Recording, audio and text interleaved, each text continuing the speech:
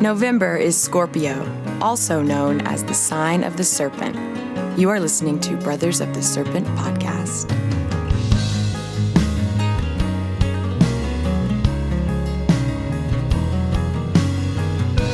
And welcome back, ladies and gentlemen, boys and girls, angels and demons, monsters and serpents, to Brothers of the Serpent podcast, coming to you not live from the 10 by 10 by 10 tangent cube of science, nestled amongst the dusty bones of an ancient seabed high atop the Edwards Plateau. We have a guest with us, backed by popular demand, in studio, Mr. Clint Beckham, who, that's right, everybody loved him from the last time he was here, so we got him back because we fucking loved him too. So awesome.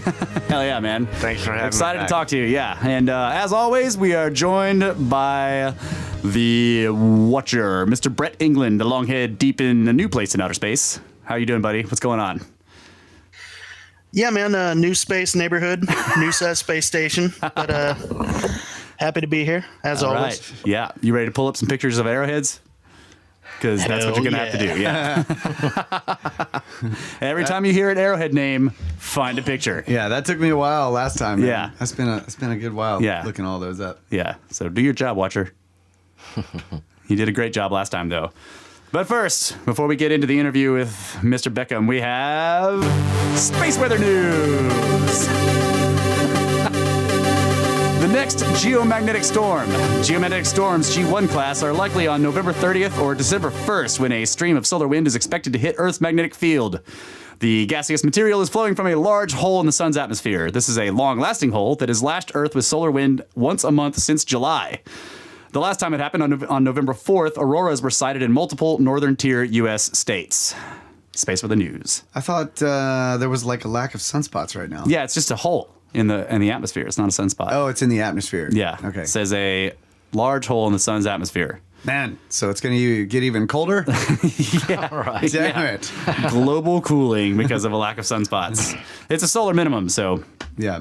That means there's like very little sun activity, which means there's less solar wind, which means more cosmic rays, which means more giant storms and colder weather and volcanoes, and it's awesome.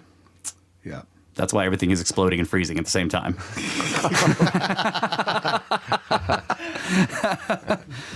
All right, so the first thing I wanted to ask you, and this is a... Wait a minute. Whoa. Oh, yeah, got to get ready. Cheers, bro. Cheers. Thanks for coming back to the studio. Oh, yeah. Cheers.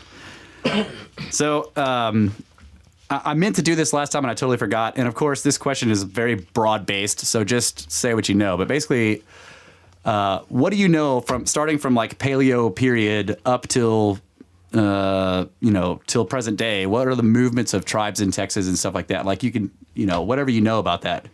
Well, like, were there Clovis people here? Oh, sure. Oh, okay, there were. Absolutely. So they were like nationwide, basically. Yeah, absolutely. Okay. Absolutely. There were really no tribes back then, Oh, okay. It's not like the John Wayne days, the Comanche and Apache. Sure, those guys were here. Yeah. But they were your last guys. Right. And I've always been taught or acknowledged that, like your Montel people, we call them Montel people, or your Clovis people, your Paleo, that Folsom, stuff like that. Folsom, that all goes with the Paleo goes with the Clovis and the Plainview, St. Mary's Halls, etc. Yeah. So they're not really identified by people, but more by artifacts. Exactly. Yeah. Exactly. And we don't actually know who they were, really. Yeah. What their movements were like. Yeah, exactly. I mean, we know they traveled. Yeah. Most camps that you dig, if you do find Paleo artifacts, then there can be a lot. Yeah. But most of them are very few. They're not very occupied. Okay. So they're a lot more rare. Mm-hmm. Okay. And we have found Clovis points and plain views and stuff like that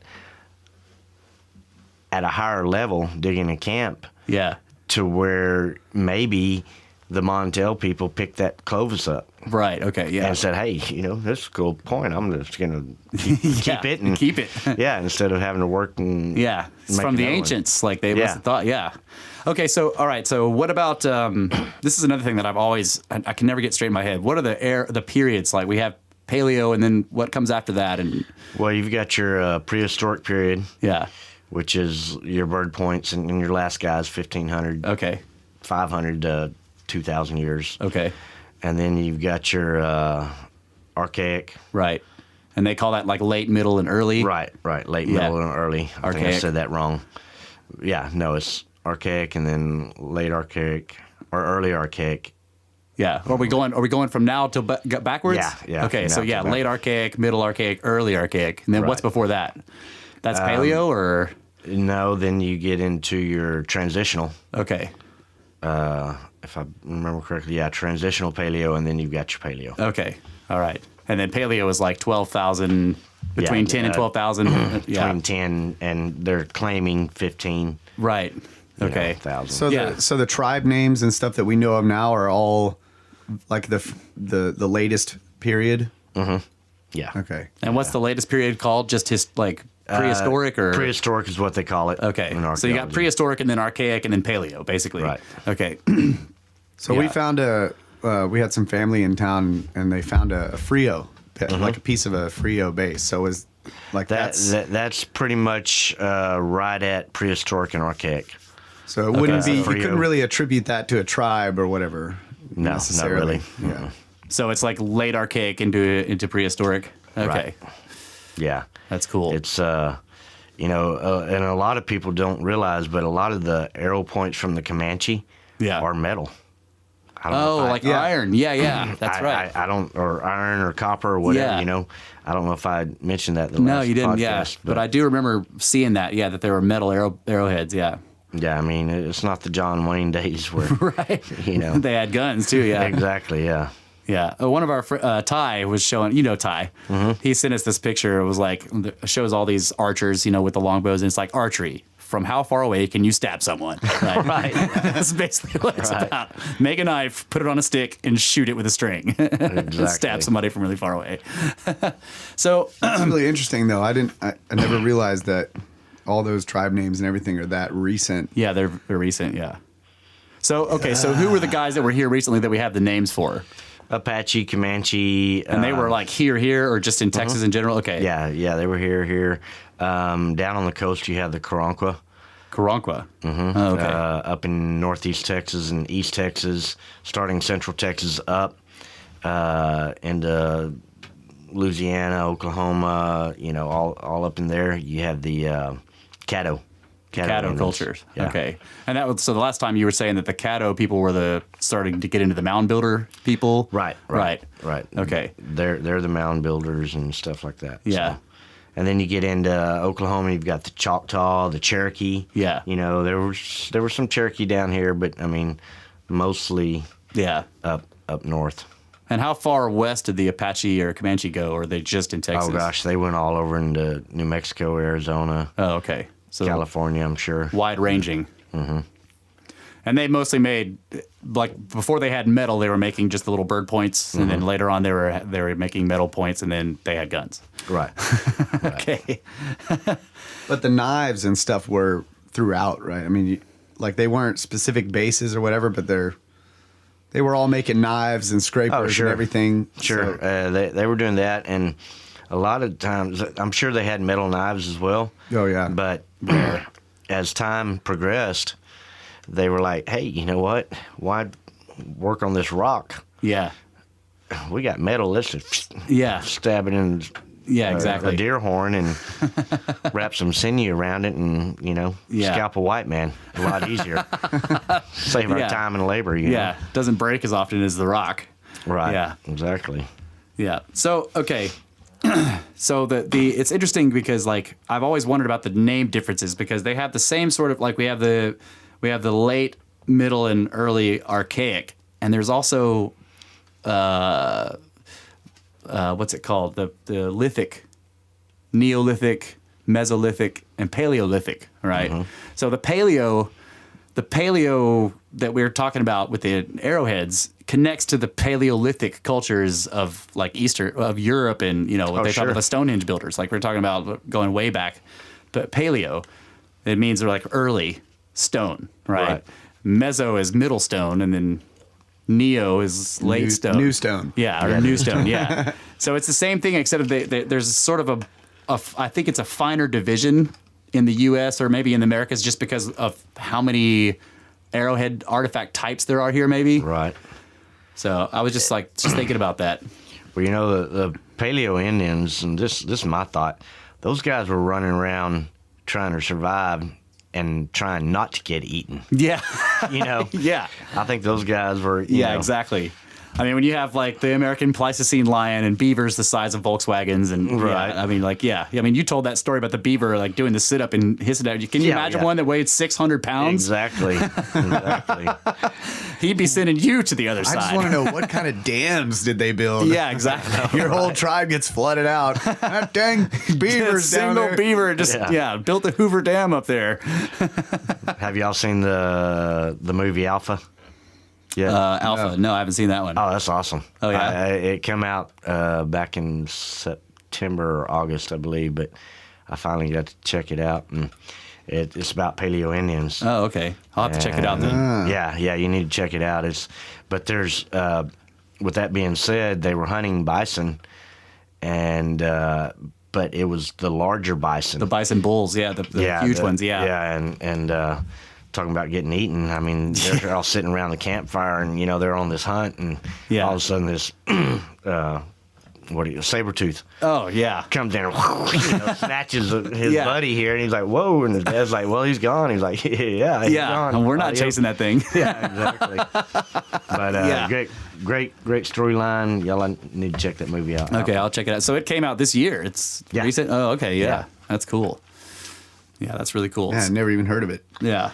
Yeah, wolves are involved, and the dire wolves, the huge ones. Yeah. And this kid, he gets lost from the tribe, and they're on a hunt. And long story short, I won't spoil the movie, but spoiler alerts. Yeah, so check it out, Alpha. But it happened 12,000 years ago, so we all know how it ends. Right. Exactly. So another thing I was going to ask you was about are the paleo arrowhead. I always want to try to sort of categorize this in my mind, like you talked about oblique and parallel napping. Flaking. Mm-hmm. So what does that mean? What does basically, it look like? They did it at a side angle, from left to right. Okay. And it's just the parallel flaking is just usually to the edge. Yeah, to the edge. Okay. And it's from the middle to the edge. And middle to the edge on both sides, Right. So they just... That's the parallel. Right. And then the oblique, the St. Mary Hall were the ones that had the oblique that just went all the way across it. Right, at an angle. At an angle to the line of the point. Yeah. Okay, yeah. That's what I thought, but I wanted to make sure because I saw the pictures he found the pictures of these St. Mary's Hall, these long paleo points, and they had these perfect, going across, angled all the way across, all the way down. So beautiful. It's just amazing. And I was like, so I think that's what he's talking about with the oblique napping versus the parallel napping, which is like they're going down the edge. Okay. Right. Right. So is there a way, like if you see one that's fluted, does that mean it's paleo usually? Usually, yes. Okay. Now, your Pertinalis points, they have a little flute there, but that's, it's not considered a flute. Okay. It's more or less a... Do they also have the base or the tang thing, or are they just a flute? but they have little ears at the bottom of the Pertinalis. Okay, so there are little ears. Right. You can turn them upside down. They look like a perfect wolf head. Oh, wow. That's cool. That is cool. The little jowls, yeah. Man, that's ears. Cool. It's pretty cool. Yeah, you take the Pertinalis point, turn it upside down. It looks like a wolf head to me. Wow. That's really badass. It's not a rocket. Yeah, it's not a rocket. It's not a rocket, no. Chad Mendez, I'll never forget you for that one. I love that story too. Yeah. It doesn't matter, bro. Even when the Indians painted them, they still look like rockets to people who don't know arrowheads. Exactly. Because we saw them on the, and the paintings were like, it's a rocket. Yep. Yeah. So I had another question. Do you have any questions? I want to think of this one real quick. Yeah. I want to know about the the video shoot you did with in October. Oh, with Silent Chicago? Yeah. How'd that go? Did they pay for your hunt? Yeah. They paid it, and I made money off the deal, and they come in. We had a great videographer. Yeah. And this dude had his drone and all kinds of stuff, man. It was cool. Oh, okay. We got some great getting aerial shots and stuff. Yeah, we didn't get it of they wouldn't let me do a kill shot. Okay. But they got us going in, and it was a piece of cake because I've done it so many times, and I was at 171 rams that I've guided. Yeah. And helped people get, basically. Right, confirmed kills. So 172 happened to be mine, and we go out that first day, and the rain. 72. 72, year I was born. All right. So we got rained in first morning, and we didn't go out till, I don't know, noon or something like that.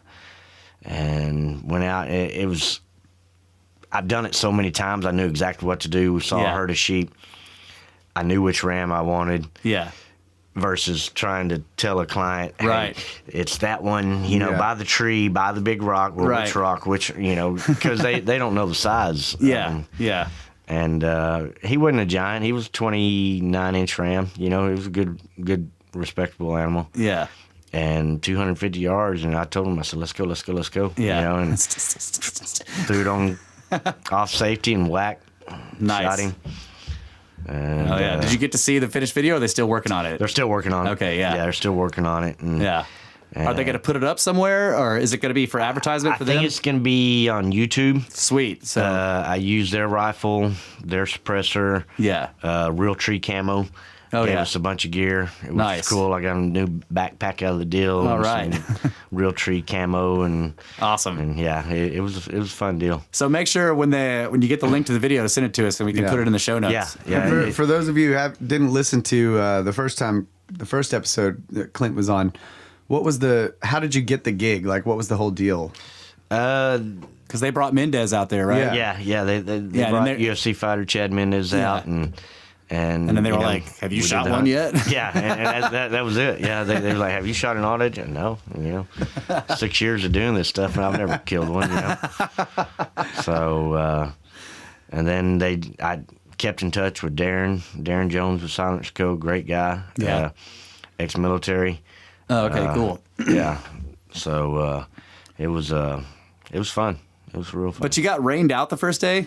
Yeah, we got at Skyline. Yeah, we had like. What was that like? we had like 10 inches of rain. Oh my god! Gosh, in like 5 days. Oh, that was we had the rainiest September on record. Yeah, and that's right. Into October, it was still. Yeah, that's right. We were still getting inundated. We got 22 inches here that month. Yeah. So that's right. I forgot about that. And the cool thing was out on Skyline, y'all both been out there, and you know how them canyons are. Yeah. Remember when Sonora got flooded? Yeah. Made national news, all that. Like 12 inches of rain in 4 hours or something like that. Yeah. Well, what had happened was it didn't rain a drop at Comstock. So we had clients out there hunting, and the landowner called me, and he said, do not go to the river. And this was like 3 days after Sonora got flooded. Okay. And I was like, why is that? He said, there's a 22-foot wall of water coming down. Oh, my God. And I'm like, whoa, that's cool. So let's go down and check it out. Yeah, so we went to the bluff there at the bluff road there where we all go down. And he told me to hit about 3 o'clock. Well, I had Sig Sauer, the gun company, Sig Sauer guys out there and Cabela's guys out there. And we had just killed a ram. Well, I was caping this one out, and about 3 o'clock, I couldn't see the river, but I was probably 400, 500, maybe 600 yards from it, around a bend, and I could hear that wall of water coming down. Oh, my God. It was cool, man. I was like, oh, man, why am I caping this ram out? I want to see that, I want to see this, tsunami. So, the tsunami rolled through. That's freaking awesome. And, you could hear it just roaring, and then it just kind of went on past like a jet, and it was pretty cool. That is cool. So...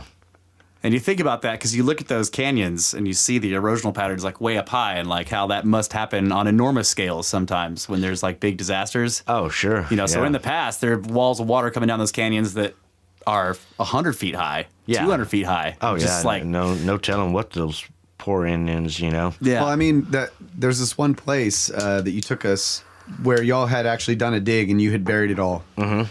As we were driving there, there's like this 20-foot wall of where the dozer had just taken out the wall to build the road up there, and there's Midden rock in layers, wavy layers, way down, and you're just like, golly. Yeah.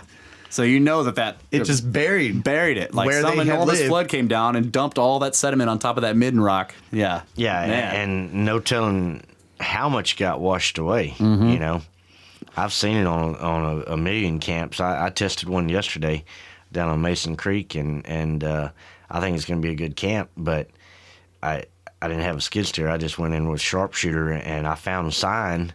Yeah. No arrowheads, but it's I think it's been flooded. So I'm looking at probably 3 foot of sediment on top of it. Yeah. Before you hit the occupation layers. Yeah, exactly. Yeah, what'd you call them? Subterranean little middens? Yeah, subterranean. Yeah. Yep. Good memory. Hey, I just listened to it again. I had to make sure I did my homework. I can't take credit for that. So what are you're still working on Mason Creek? Yeah, this guy is a really cool guy. He's an ex-vet, maybe still active, but he's building a ministry there. Okay. And it's going to be for, I think it's open to the public, but he's building a little church there, and he's going to do funerals, weddings. Okay. For vets or active whatever, and he's looking to possibly, hopefully there's an Indian camp there, and it'll help him build his church and all that stuff. It's right here in Bandera. That's cool. I think it's Rounded Night Ministries is his name. Rounded Night. Yeah, Christian, really cool guy. I met his wife yesterday and his son, and met him a while back. He was working, so I went out and checked it out. But we'll see. And I've got a couple more things, surprises in the works. I won't say them out loud right now. Yeah, I know how that is. I actually have a meeting tomorrow. All right. And if I get this gig, it's gonna be a 5-year gig. Oh wow. Yeah. Oh wow. Yeah, it's gonna be loaded. Wow. That's fantastic. So how did Mason Creek 4 end up? What you were working on last time? It was great, and then all of a sudden it stopped. Yeah. And it was real sporadic. And, I think I refunded like $1,400 one day by lunch because, we had found a few brokes here and there, but nothing, just kind of like where y'all were digging was hot and on fire. Yeah. And then it went and went and went, and then, boom, it just stopped. It just stopped. Like the camp just said, no more. Yeah. And there was sporadic stuff there, but so we covered it back up. It's not worth it to me as a commercial digger, right, to be taking people's money, and finding one arrowhead a day. And no one found any pterodactyl claws. No pterodactyl claws. Still waiting for the pterodactyl claw. I saw that lady the other day. I wanted to ask how the pterodactyl claw hunting was going. Hey man, you never know. I want to see something. I know. I'm like, wait a minute. Know, right? Let's see these pterodactyl claws because. So when I first came to the hill country in '97, I was walking in the river bed, just looking at the rocks because we moved from Georgia and Which it was river all. Bed? Okay. I don't know what it could have been, any creek or river, whatever, right. Dry creek bed. But it was all granite and sandstone and red clay in Georgia. So when we got here and I saw these rocks I didn't recognize anything, I'm walking through the river and I pick up this one that's about the size of my hand, like open hand. And it looks like a dinosaur foot, like 3 claws. And one of them's like kind of turned sideways a little bit, like it broke off and it's laying sideways and it's embedded in this limestone. And I showed my buddy, I was like 15. I was like, dude, check it out. I found this dinosaur foot. And he's like, that's just a freaking piece of limestone, dude. But I was all bummed out. Yeah. Because he lived here and I didn't. Yeah. Right. Hey, man. Yeah. I just found a dinosaur foot. Yeah. So I showed my dad and I was like, yeah, he said it was just a piece of limestone. And my dad's like, what the hell does he know? Right. So I kept it. And I kept it all these years. And this year, me and Russ went and met with this paleontologist guy. And I just brought it. And he was like, oh, yeah, that's straight up a negative. It's a natural. It's a natural mold. A mold of the negative of a footprint of a theropod. That's awesome. Yeah. So I was like, yeah. The three-toed dinosaur makes a footprint in the mud, and then that fossilizes or hardens, and then there's another layer laid on top of it that fills in, the footprint, and then that's what he got was the natural mold. Broke off. So it is a piece of limestone. It is just a piece of limestone, but it is also a dinosaur foot. That's awesome. Yeah. He still has it. And the guy was doing a presentation at the museum in town, and he actually used it in his presentation, and he had a skeleton, like a fake, skeletal mold of the foot, and he held it up and it just fit perfect. Perfect, yeah. I'd find that kid that told you it wasn't and chunk it in. How's this for limestone? No, we became good friends. He's a solid guy. Yeah. But he totally skirp derped me like hardcore. Right. Yeah. Just being straight up skirptard. Yep. We all have been there. Yeah, so that was the whole meeting with the paleontologist was cool. That the Natural History Museum that got in Bandera. Mm-hmm. We had brought some of our fossil finds and crystal stuff, and a couple of Kyle brought some artifacts, and we just brought them down there because I was there one day and I was just really impressed with the museum. Like, you don't expect a small town museum to be. It's really high quality. Is it? I haven't been there. It's really fantastic. Yeah, and dude, you have to go because they have the actual. It's a piece of a femur bone of a mammoth that has tool marks in it that came from the site that is now made archaeologists accept there were people here 22,000 years ago because there's tool marks on the bone. Wow. And the bone is fossilized. It's stone now. It's stone. So, and they have the bone or a piece of it in the museum. So they got it. And it's one of their pride. She was like, this is one of our prized pieces, because it came from Texas and it changed the paradigm of archaeology in North America. Wow. Yeah. But it has a clear cut, slice cut down into the bone that was then broken off, and you can see the clean cut where they broke it off to get it to the marrow. Yeah. Wow. That's awesome. So they had killed that thing. I mean, they wouldn't be getting to the marrow in some dried bone. Right. This was... They killed it. They killed it, and they were eating it. Yeah. Wow. It's cool. So they have the bone in there, and you can also see just other marks on there, where they were scraping meat off of it or whatever. So it's a really high quality museum, and so I was impressed when I was there the first time. And I told him, I was like, "Hey, my brother and I we've worked all these different ranches doing various, looking for pyramids. Yeah, we're basically looking for pyramids, but we call it, working for the ranchers, cleaning up their stuff. But we're really looking for pyramids." But we end up finding all these fossils, and because we do all these walks. So I was like, would you guys be interested in us bringing some of our artifacts? And the lady there told me, she was like, well, why don't you come and bring some when our directors are here on a weekend? So we piled our cars up with a bunch of stuff that we had, crystals and artifacts and bones, things we thought maybe because we didn't know.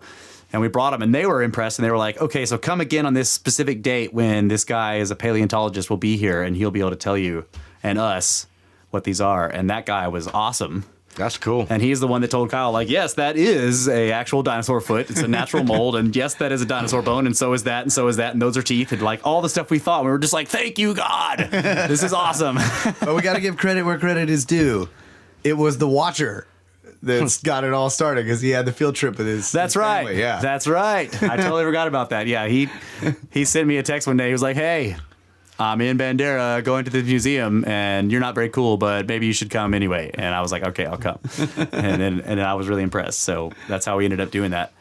So that was cool. Yeah, I'll have to go check it out. Funny story. Excuse me. When I was doing a dig. I wasn't actually doing the dig on the skyline, the first one.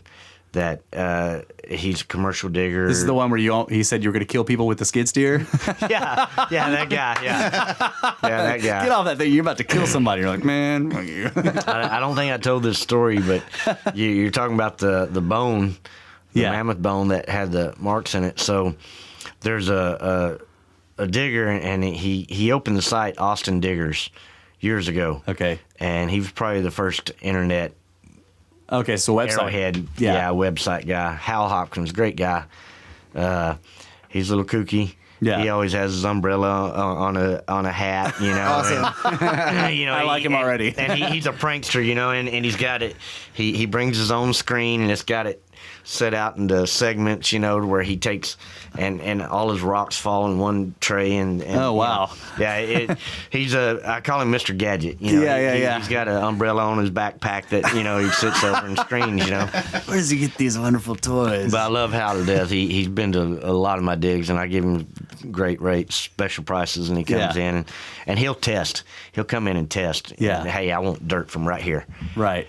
He's almost like an archaeologist, but he, field archaeologist. Yeah, field archaeologist. But man knows his dirt. But he likes to play tricks. So I had a client from Tyler, and he was a first-time digger. Okay. And we're out there on the skyline on that south end where y'all went down and found the footprints. Okay. Yeah. You know, on that camp there where everyone camped out by the swimming hole. Yeah. And this guy comes up to me, and I'm not running the dig. I'm just supervising it because it was our ranch, and Nacho's running the dig. And this guy comes up, and has something behind his back, and his eyes are about as big as the studio here, you know. And I'm like, "What's going on, Raphael?" And he like presents it to me like it's a gift. Yeah. And he's just in shock, and there's this huge bone with an arrowhead stuck in it. Oh, man. You can see the back end of the arrowhead. And I'm like, holy crap. You know, so it got me too. And I'm like, oh my gosh. And Nacho is operating the Bobcat. And he drives by and he looks at me and I'm like, look. And he just keeps on driving. I was like, wait a minute. And I see Hal over there, Mr. Gadget. Yeah. He's in the corner just. So this kid is first time digger, and he was ticked off. I bet. I mean, he was mad, and I was kind of mad because I fell for it too. You know what I mean? I'm like, what? You know? Yeah. A dinosaur bone with a perinalis point from 4,000 years ago. You know. And then I felt stupid. I was like, all right, I need to do a little more research here. But, dude, I can totally see, like, you just grab it, you're like, oh my god, and then after a while the details start like, wait a minute, that's 4,000-year-old point. This is an actual dinosaur bone. Yeah, I mean, hey man, maybe come on, maybe the stories are, wait a minute. Yeah, first look at the prankster, first do that. Yeah. All right, we're gonna take a quick break and we'll come back for the second segment of the first hour with Mr. Clint Beckham. Stay.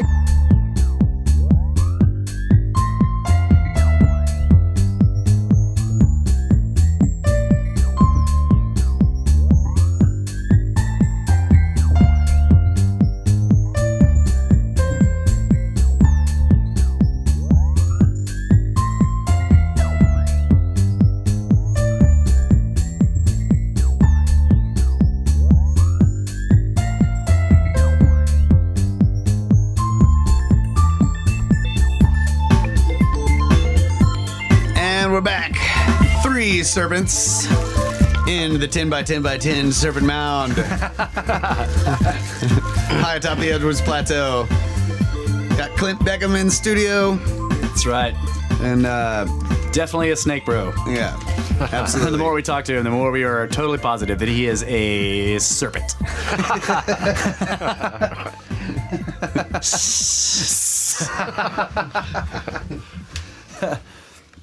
So, I wanted to get into some of these controversial aspects of, you know, what we all like doing, digging in trash piles. Right. Right on. So, trash hills. Yeah, trash hills. Yeah, basically. Indian Midden mounds. And we have to be very careful what we call them, because like when we talked about in the first episode, when you met your girlfriend, you told her you're like, dig up Indian mounds. She got all mad at you and didn't talk to you. Yeah, wouldn't even talk to you for 3 weeks. Exactly. Yeah. Can we start over? Yeah. So what are some of the, or what are the key distinctions there between like what we're looking for in terms of seeking artifacts and what can be found that might make the place a sacred site, quote unquote, or whatever? Usually when you go up into the Caddoan culture, up in the north and northeast of Texas anyways, in Louisiana, Oklahoma, those were the true mound builders. And in some of those you can find burials. And these are the ones that were buried upright in a fetal position or whatever, facing east or something like that, or on their sides, fetal, something like that. Yes, it varies. Yeah. But when you find, what do they call them? Stair-step burials, Lake Sam, Bob Sandlin. Lake Bob Sandlin, they found 13 burials, and they were stair-stepped. Oh, wow. Like terraces or something? Mm-hmm. Wow. Yeah, like terraces, and they found all kinds of pots and Caddoan blades, big 13, 14-inch blades, 10-inch blades. Wow. That they were buried with them. So those were more important people, Yeah. Probably some higher. Yeah, elites, basically, elites of the society. Elites, but... So were the bones, do you know, like the skeletons, how were they tall? Were they... Because a lot of times you find that the elites were like, they were large people, right? Right, yeah. right. Some of them were. Now you go to Murfreesboro, Arkansas, right outside of Arkansas, Murfreesboro, they have it. I'm trying to think of the name of it. But there's a site that you can go to, and they have the replicas. Oh. Replicated. Archaeologists dug them up, and it's crazy. I mean, they buried buffalo skulls with them, and wow. And it's exact replicas of the bodies how they found them. Right. And they were in like little rooms, Oh, so, man. Wow. Yeah, it was pretty cool. So I remember, I think it was when we went to the mounds in Georgia or Alabama, wherever. Yeah, Moundsville, Alabama. Our mom used to take us on field trips. We were homeschooled. She would take us on these field trips, science field trips or whatever. You have to say, like, we were homeschooled. Right. Yeah. And one of the areas that we were at had, these big earthen mounds. And, they had angled sides and flat tops. Anyway, Right. I remember seeing a diagram of the burials inside. Mm-hmm. And they would bury... they bury all these people, and then they would build these sort of vertical logs standing up, and then a bunch of horizontal logs crossed over, and then they would bury that in earth.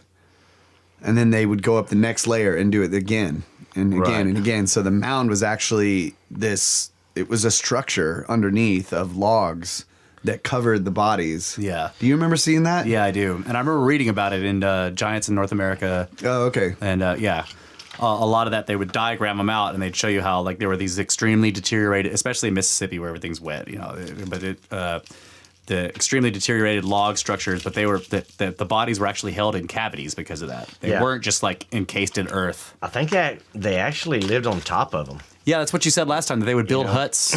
Yeah, build huts, have a burial, and then... So that's interesting because, like, modern day, at least Western civilization, that's weird. Like, would you bury your family under your house? That would be strange, right? But a lot of the, like, especially in Europe, I know there's a whole bunch of places that are considered like Paleolithic sites. Okay, so like I was just reading about this. There's a place called Skara Brae. It's on some remote island or whatever, and everything there was megalithic. They built it all. The island is just stone, and they dug everything out of stone. They just carved everything out of stone, chairs and everything. Must have been incredibly uncomfortable, unless they had pillows. Nobody knows now. Right. But they actually, and I don't know if it's specifically this site, but there are sites like this in Europe where they actually had burial. They would bury people beneath the floors of the houses, and that's very strange to me. Like, I think that's cool. yeah. I would assume that it would be like we were talking about last time too, sky burials, where they would sort of put them in a sort of remote area, a cairn that is open to the sky, so that they could be fed to the sky, right? And then they would eventually go and retrieve the bones and place them beneath the house. So in the cathedrals and stuff, all of the saints or whatever are buried. You know, a lot of the beneath the priests floor. and whatever are buried under the floor in the catacombs underneath. So it's still, that's a surviving culture, I guess. And that implies that there's something. Because again, when you have the priests or the nobles, the elites of the society are the ones that get buried beneath the floor of the church, right? Everybody else is buried in the yard. So what I'm saying is that this idea of the mound and the hut on top that people lived in could be interpreted as a priesthood, right? Like the whole thing was a priesthood. Like maybe they were the keepers of knowledge, and that was part of their Or it could have been preserving it, like what Asian cultures do, which is ancestor worship, quote unquote. It's not really worship. But they do the same thing. Like every Japanese house has a little tiny shrine in it that have artifacts of their ancestors, and they will go and like the shrine has its own special place, and they go. I don't know if they do it every day, but they have this little ritual where they go and they do a little prayer and they set some incense and they put it in there, and there's photographs of their ancestors, and it's not worship, but it's a sort of trying to maintain a spiritual connection to one's ancestral past. So I wondered if it was something like that. Like maybe they didn't live in the hut that was on top of the mound, but that was a place where people would go and sort of connect to the ancestors of the tribe, whatever. Yeah, probably that's a cool idea too. Yeah. On those, on those Catalan sites, if you find a burial, usually there's pottery associated. Yeah. Usually, water bottles. I know a lot of people. They probe for them, and usually if they find a complete pot, there is a burial related. Okay. Now, there's supposedly a new law by the Historical Society saying anywhere where there's pottery, there's burials, you can't dig it up. Okay. That's, they're trying to make it a law. Okay. But I have found pottery in Bandera, Texas. Yeah. I found it in Tarpley, Texas. And no burials. You know what I mean? Right. But you get up into the northeast Texas and central Texas, there's a guy doing a site, it's right outside of Hutto. They found 35 mass burials. Wow. A burial of 35. And a mass burial with 35 people in it. Mm-hmm. Oh. Yeah. Sorry, I said that wrong, but got it. Yeah. 35 mass burials. Holy shit. Okay, got it. And they're actually digging that site. Okay. They stumbled across them, and typically in that area it's not normal. Yeah. But they're right on that Caddo. Is it associated with a mound, or is it just in the ground, or? Yeah, it was, and they were actually well preserved. Wow. Bones and all, but it's all the pH level of the soil. Right. Because I've read a lot of stories where as soon as the bones are exposed, they just turn into nothing. Yeah. I mean, I found a canine skull one time here in Bandera digging. Yeah. And it was perfect in the sidewall, and I was digging around, and I got it out, and as soon as I got it out, the air hit it. It just crumbled. Wow. See, I've read that so many times. It's so hard. It's man, I wanted to skirp derp that so hard. But now somebody has actually done it. Because you see this all the time, like, oh yeah, they found this giant skull, and it just turned to dust as soon as you're like, really? But you get up in that part of the world, and a lot of stuff is pretty well preserved. Yeah.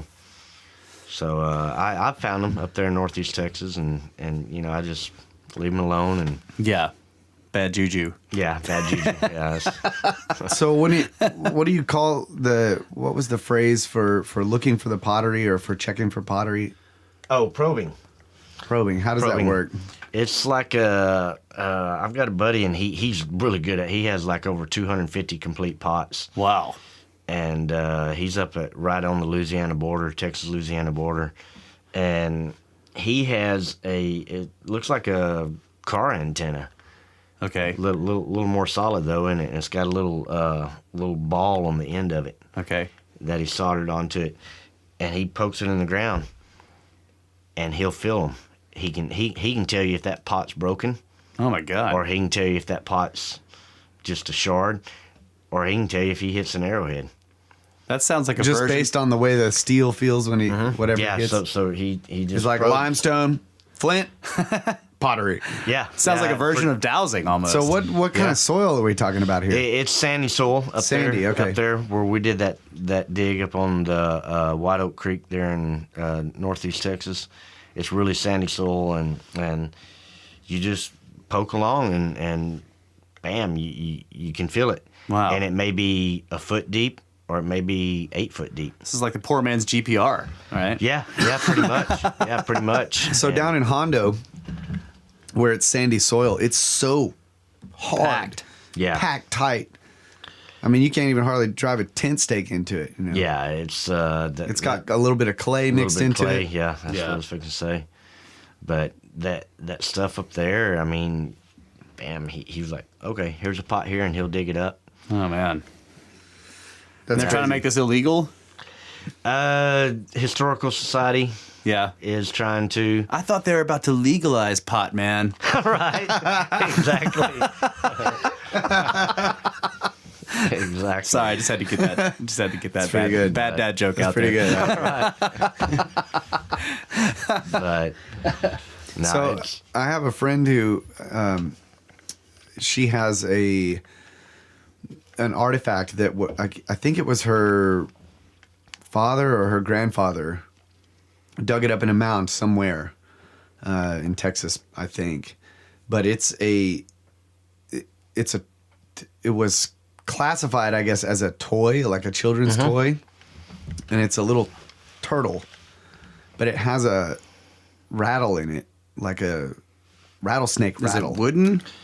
I can't remember. or is what it a turtle shell? it's maybe it is a turtle shell. I can't remember what it is. I just know it's like man. the image in my mind is it's actually a turtle. It's like made to look like a turtle. I don't Okay. know what the material is. I can't remember if it was pottery or what. Ivory or wood? But or it's something? got this rattler in it, like from a rattlesnake, and so when you shake it, it just.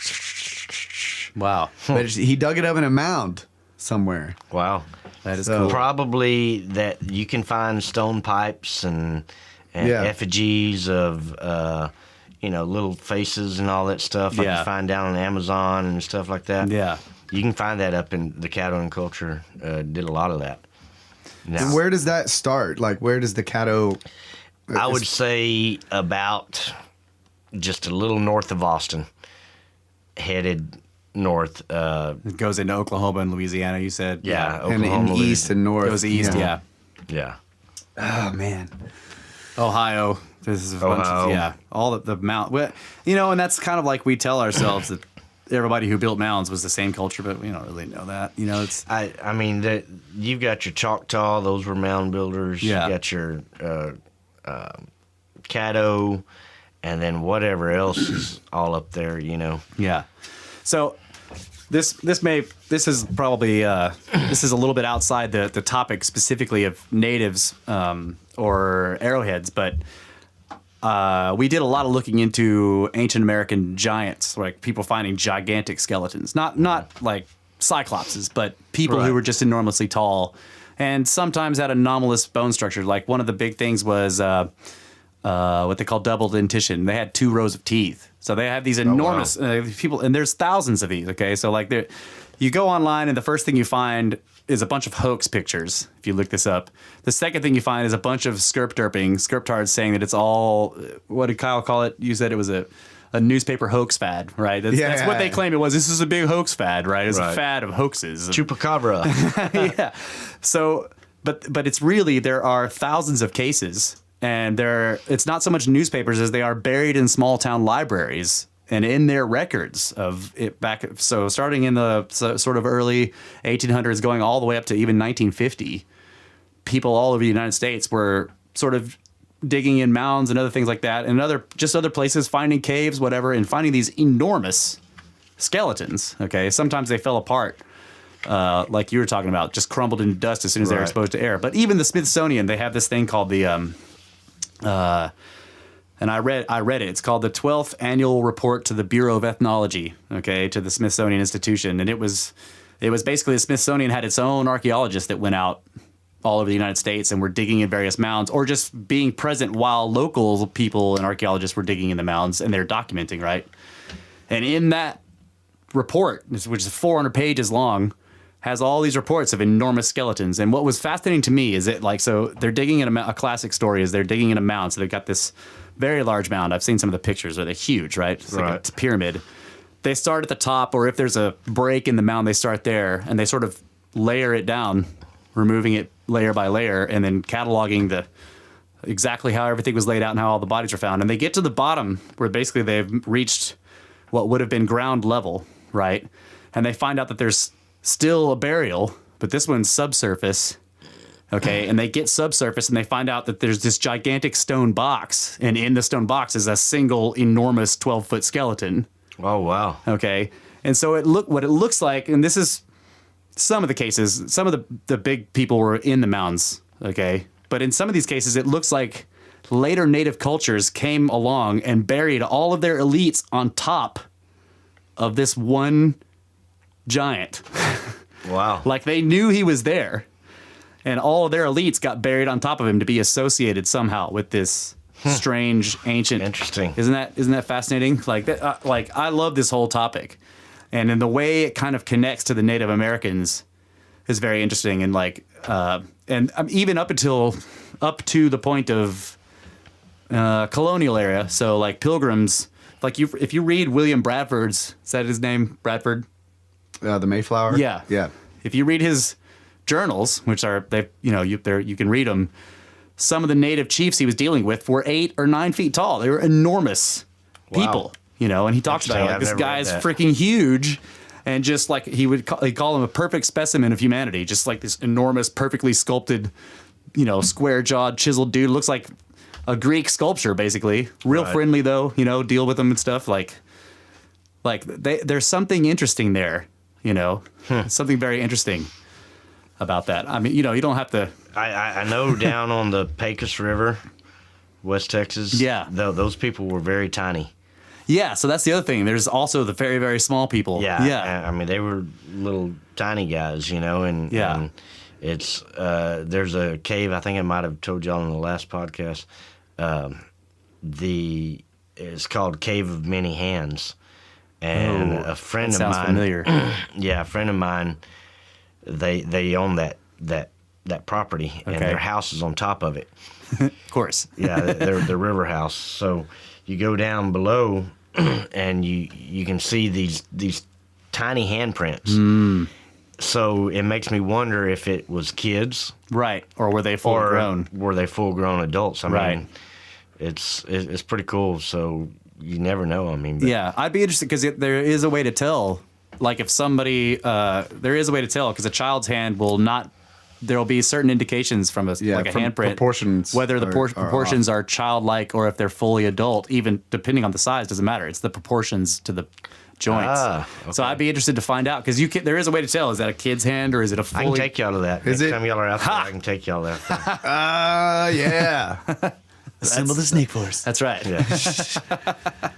Man. So another thing, we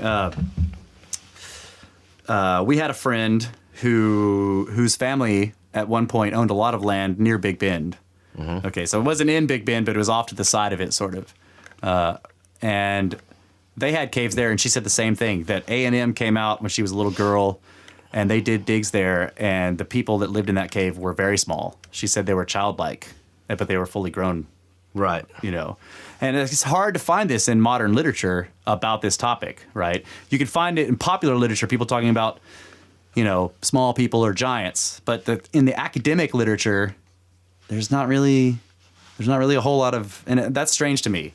But at the same time, pygmies, it was the name for 19th century, the explorers called them pygmies. They were just very small people who were fully adult. Sometimes 3 or 4 feet tall, and that's it. But it's interesting that you say that because there's also another painting there in Comstock. Yeah. On this ranch that I've been to, and I've seen it a million times because I used to hunt out there and trap out there and work for these people. But there's all these little guys painted on the wall, and there's probably 13 of them, and some of them have their hands up, and as it goes on, it shows there's a catfish, and there's a rabbit, and there's a painted deer, just all decorated up of some sort. It almost looks like a llama looking thing. And then I can take y'all to that too. Yeah. But it's and then at the very end there's this big tall guy. Oh wow. And he has kind of this halo looking thing over him. So it's almost like and some of these little guys that are up there with their hands up in the air, like hold them up, stick them up. They've got arrows in their sides. Oh wow. So it's like the bigger guy come in and took bullied them or whatever and shot them up. Wow. Okay, so there's a what is the name of this cave? I think it's in Arizona or something. Lovelock Cave. Lovelock. I don't know where it is. Lovelock Cave. Check it out. Watcher. I think it's in Arizona, but Watcher. See if you can find where Lovelock Cave is. It's basically this old Rockwall is in the Caddo. Yeah, that's what he was. Watcher was also pointing out. The Rockwall might be in the area of the Caddo culture. Rockwall, Texas. Yes, that's absolute right in smack dab in the middle of it. Oh man. So the mound builders obviously built the rock wall. Yeah. Anyway, moving on. All right, mystery solved. Mystery solved. Lovelock, Nevada. Nevada. Okay. So there's this. You can see the remnants of a lake there. The water line of a lake bed that's now dry, and above that water line is this big cave, and inside that cave supposedly were found. I think David Hatcher Childress did a documentary on this. That there were supposedly these red-headed giants that were found sort of like half mummified in there. Yeah. And there were, I think the story goes that these guys went there to get bat guano. Yeah, they were mining guano. They were mining the guano, and as they got down to the bottom of this guano mound, they started finding pottery and artifacts, and then they started finding duck decoys carved out of wood and everything. Oh wow! And then they get down and they find these skeletons, and they're all huge, like 8-9 feet tall or whatever. Yeah. I don't remember the exact sizes. Yeah. But sometime later, I don't know who found this out, but the local sort of Native American tribes that lived in the area had legends of these red-headed giants that had basically terrorized their tribes in the area for a long time. And there was a story where they had run, they finally banded together and they ran them into this cave. And then they burned them out. They set a huge fire at the entrance. At the entrance of the cave. So, yeah. Interesting. Yeah, so it's an old myth, right? It just reminds me of like you got this image on the wall of these little people, and there's this one big guy, and they're all full of arrows. That's sort of idea is repeated in legend, that the giants were. Some of them were terrorizing, right? And they were supposedly cannibalistic and whatever. Yeah, but you know what? Whenever you kill everyone of another group, you always say that they were eating babies. That's right. That's just what you do. Right. Here's something for y'all to research, and this is my belief, and I cannot remember exactly how it came about, but the Vikings. Yeah. Okay. Those guys were overseas. Yeah. I personally think, this is my belief. I know where you're going, yeah. That Vikings come into Neanderthals, come into Paleo. Yeah. Because the Vikings could have been before, or maybe the Paleo. I don't know how, but yeah, there's some relation there to me. Yeah. Of the Vikings before the Paleo. Oh, wow. Before them. Before. Wow. That's what I'm thinking. Now, I may be wrong. Or maybe at least a culture that was seafaring. Exactly. That came from somewhere else and came here. Yeah. Exactly. Yeah. Viking style. Yeah.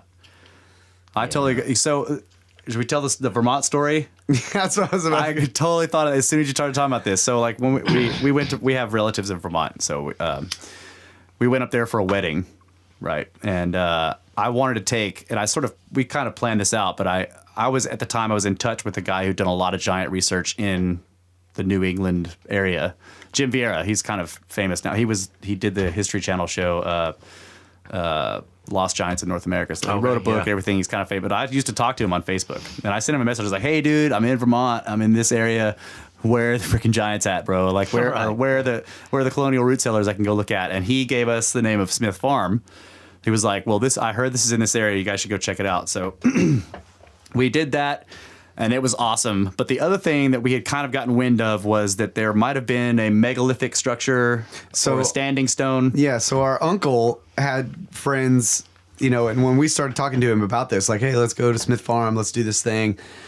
We filled him in on everything we were kind of interested in. And he had a memory of a buddy of his that said there was some kind of standing stone on this hill, on this mountain somewhere.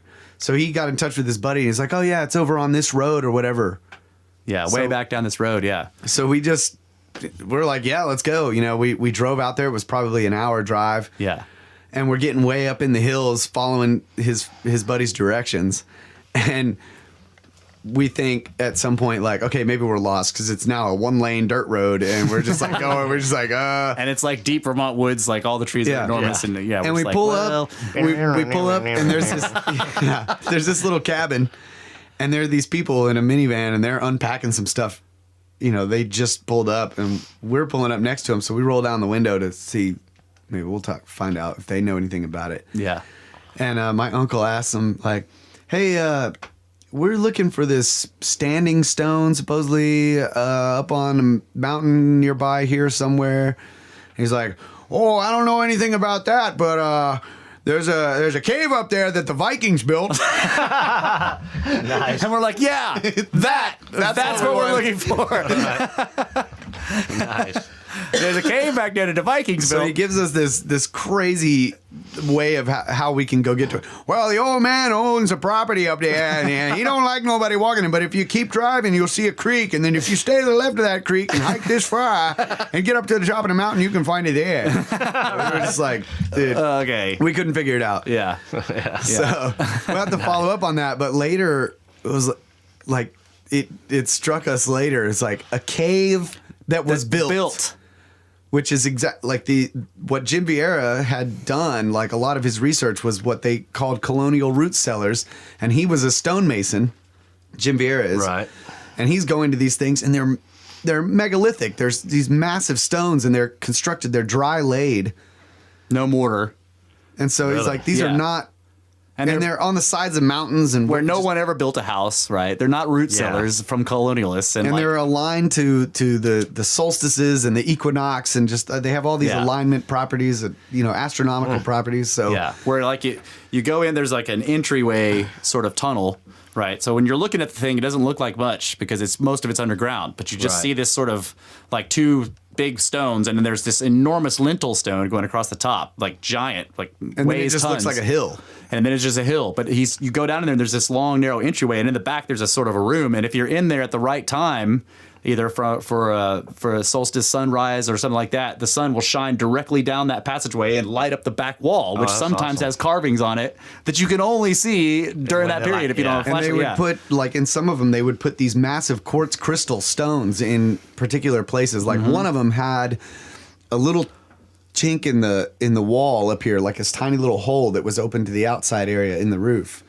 So the entryway was aligned to one thing, and then on another, like say it was aligned to the solstice, but then on the equinox sunset or something, the sun would come shine down through that hole and hit this quartz crystal that was. There's this little tiny antechamber on the inside, and the crystal would just light up. Light up.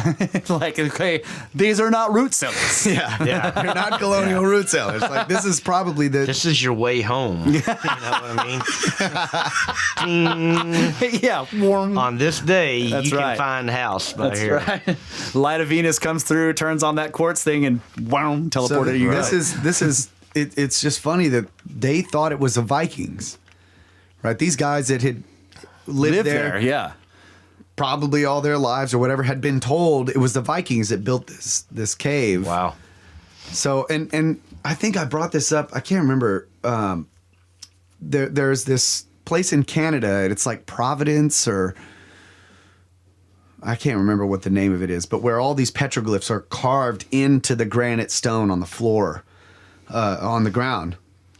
And deep beneath there are these massive cracks in the granite mountaintop that go down, and there's actually a river underground, way underground. It's flowing, and so you can hear it. They call it like the natives had called it like the it was something about the crossover lands, or they thought it was voices, like the land Whispers. of voices, the whispers. Oh, wow. Of the You can dead kind of imagine that, like water way down there going through these cracks in the rock, right? So there's if you went all up there these and took lots of peyote and sort of hung out at night, you would hear talking. Exactly. There's all these petroglyphs all over the place, but then there's some areas where there are these carvings that look like, an alphabet that some people claim are this is Viking writing, or a runes, like the runes that they used. Yeah. So I don't know. I mean, and we don't really have a way to date that stuff, other than sort of by context, and we don't really know. I'll have to remember what that. Somebody was telling me some stuff. Provincial Park in Ontario. It made very good sense to me. I thought, the Vikings, because those guys, they were brutal. Yeah. And, I think they started the flint napping, Oh, wow. That's interesting. You know what I mean? Yeah. Well, one thing that is always... And they had their little horns on their head and all that good stuff, whatever they did. Yeah. The Indians probably copied, or they were part of the Indian culture going into the paleo and the guys coming across from Siberia, etc. Yeah. Yeah. Maybe. Who knows? Yep. Well, there's like I said last time you were here, we like the idea of diffusionism, that cultures sort of bump into each other and get and then ideas exchange, and sometimes blood exchanges, war, but sometimes they, and then like somebody else is really pissing everybody off, so then they'll marry a bunch of girls back and forth, and they'll team up and fight those guys, So there's diffusionism, ideas diffuse outwards from various cultures where they meet at the edges. Yeah. So I totally agree with that. And there's quite a bit of evidence that like the later sort of 13th, 12th century Vikings, those guys got like actually, because they colonized Greenland. We know this, right? Right. They colonized the coast of Greenland and were growing crops there. They had colonies there. And then like the little ice age hit and wiped them out. Okay. But if they made it to Greenland and they made it to parts of Canada, okay, then there's no reason to believe that they didn't also come all the way down into what we now call the continental United States, right? And there are, this is controversial, but there are like basically trails of artifacts, okay, that just go inland from the coast, from the East Coast inland. And it looks kind of like, if you look at the idea of the way the artifacts are sort of placed, and then there's a sort of a stone that was controversial that like looked like it was carved with the Viking writing that said like, we made it here and died, basically. Right. Exactly. So there's this like trail of artifacts, like they fought all the way into where they got and died, and they're they were badass fighters, but they just like carved their way through all the cultures. But it also implies that the place was very high, like massively inhabited at the time they were here, like it wasn't much later when the actual like European colonists started showing up later on, and they just found empty forests a lot of times. There were still tribes, but sometimes and I know we need to take a break, but sometimes the tribes would come up and be like, hey, this whole area, well, you guys can live here if you want, but we just want to let you know this area is cursed. There were a lot of people that lived here and they all died. So we don't come here. Right. You can live here if you want. I'm leaving. Right. Right. I'm out of here. Yeah. So like there's a lot of, especially with all the mounds, like, what's the city called? Cahokia. Enormous city, massive. Illinois. Yeah, massive place that they were estimated held 250 to 300,000 people. Like, okay, so they have metropolitan areas basically, right? And so the Vikings show up and the place is massively inhabited, and they're just like, and they hack their way all the way, through three basic states and all die out and leave this trail of artifacts and metal, right? And the Indians are fighting them the whole time, and they basically, and then later on, 200 or 300 years later, like plagues have wiped everybody out, and we show up and find empty forests. But you never know, like, some of them could have met people, like one of these Viking warriors, like, gets wounded and is left behind and then meets some hot native Pocahontas. yeah exactly and then quote unquote gets civilized by the natives and becomes part of their culture and teaches them, brings the knowledge that they had, or vice versa. And there are stories of, like, if you go again look at the old records of, like, what they called Indians who were blonde haired, blue eyed, and you're like, where did those guys come from? Like light skinned, blue eyes, blonde and red hair, and you're just like, all right, those were the wounded Vikings.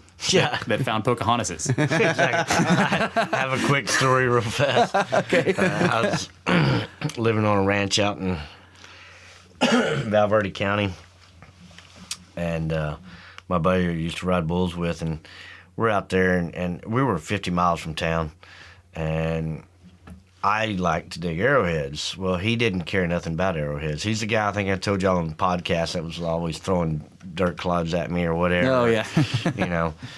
And he's the one you left in the cave when you got fleas all over him, maybe? Yeah. Hey, come a little more forward in the mic. Yeah. So he said, what do you want to do tonight? He's like, we ain't been to town in a while. And I was like, nah, I want to dig some arrowheads, So went out there and I'm digging arrowheads. He said, all right. And he never dug. So he got down there and he just started digging away. And I was like, what are you doing? I said, you don't even like to dig for arrowheads. He's like, I'm not, you idiot. He's like, we ain't been to town in 2 weeks. He says, I'm looking for Pocahontas. And I said, okay. He said, so that means let's go to the bar, right? And he's like, yeah. So we went to the bar, and back in the day. He's like, gonna find himself Pocahontas. Yeah, he said, I'm trying to find Pocahontas. I've been out here on this ranch for 2 weeks. We ain't been to town in 2 weeks. So. Oh, man. And so then we drove an hour into town, and he found Pocahontas. All right. Thing, he's got 4 kids later and divorced and lost everything. So, anyways, maybe you should have kept digging, buddy. Yeah, right. Yeah, should have stuck with me and dug arrowheads. Right. All right, so we need to take a break. Real quick, the Watcher posted Lance Ox Meadows is the confirmed Viking camp in northern Newfoundland, Canada. Awesome. So we know they made it that far, and like there are controversial trails of artifacts, like I said, that looks like they fought tooth and nail every step of the way, like a Roman phalanx, just like and just dying one after the other until they made it. I think somebody learned from somebody. Yeah. You can't help. Yeah. If like they must have been, who knows the impression they made on the natives? Like they were badass warriors. The natives must have been like, wow, these dudes were awesome. Oh yeah, let's put a buffalo head on our. Yeah, I mean, our modern history is proof that war is one of the main ways we trade technology. Yeah, because when you're losing, you're like, what are they using? It's kicking our asses. Yeah. Let's get one of them and see what they've got. Yeah, right. Yeah, exactly. Yeah, and then the last guy carves the rock. We made it to Did he actually carve into the rock? Then there's a sword stuck there that everybody has to try to pull out. That's right, exactly. Yeah. All right, we're gonna take a quick break and then we'll come back for the second half. 30 of the show. seconds of fantastic jams.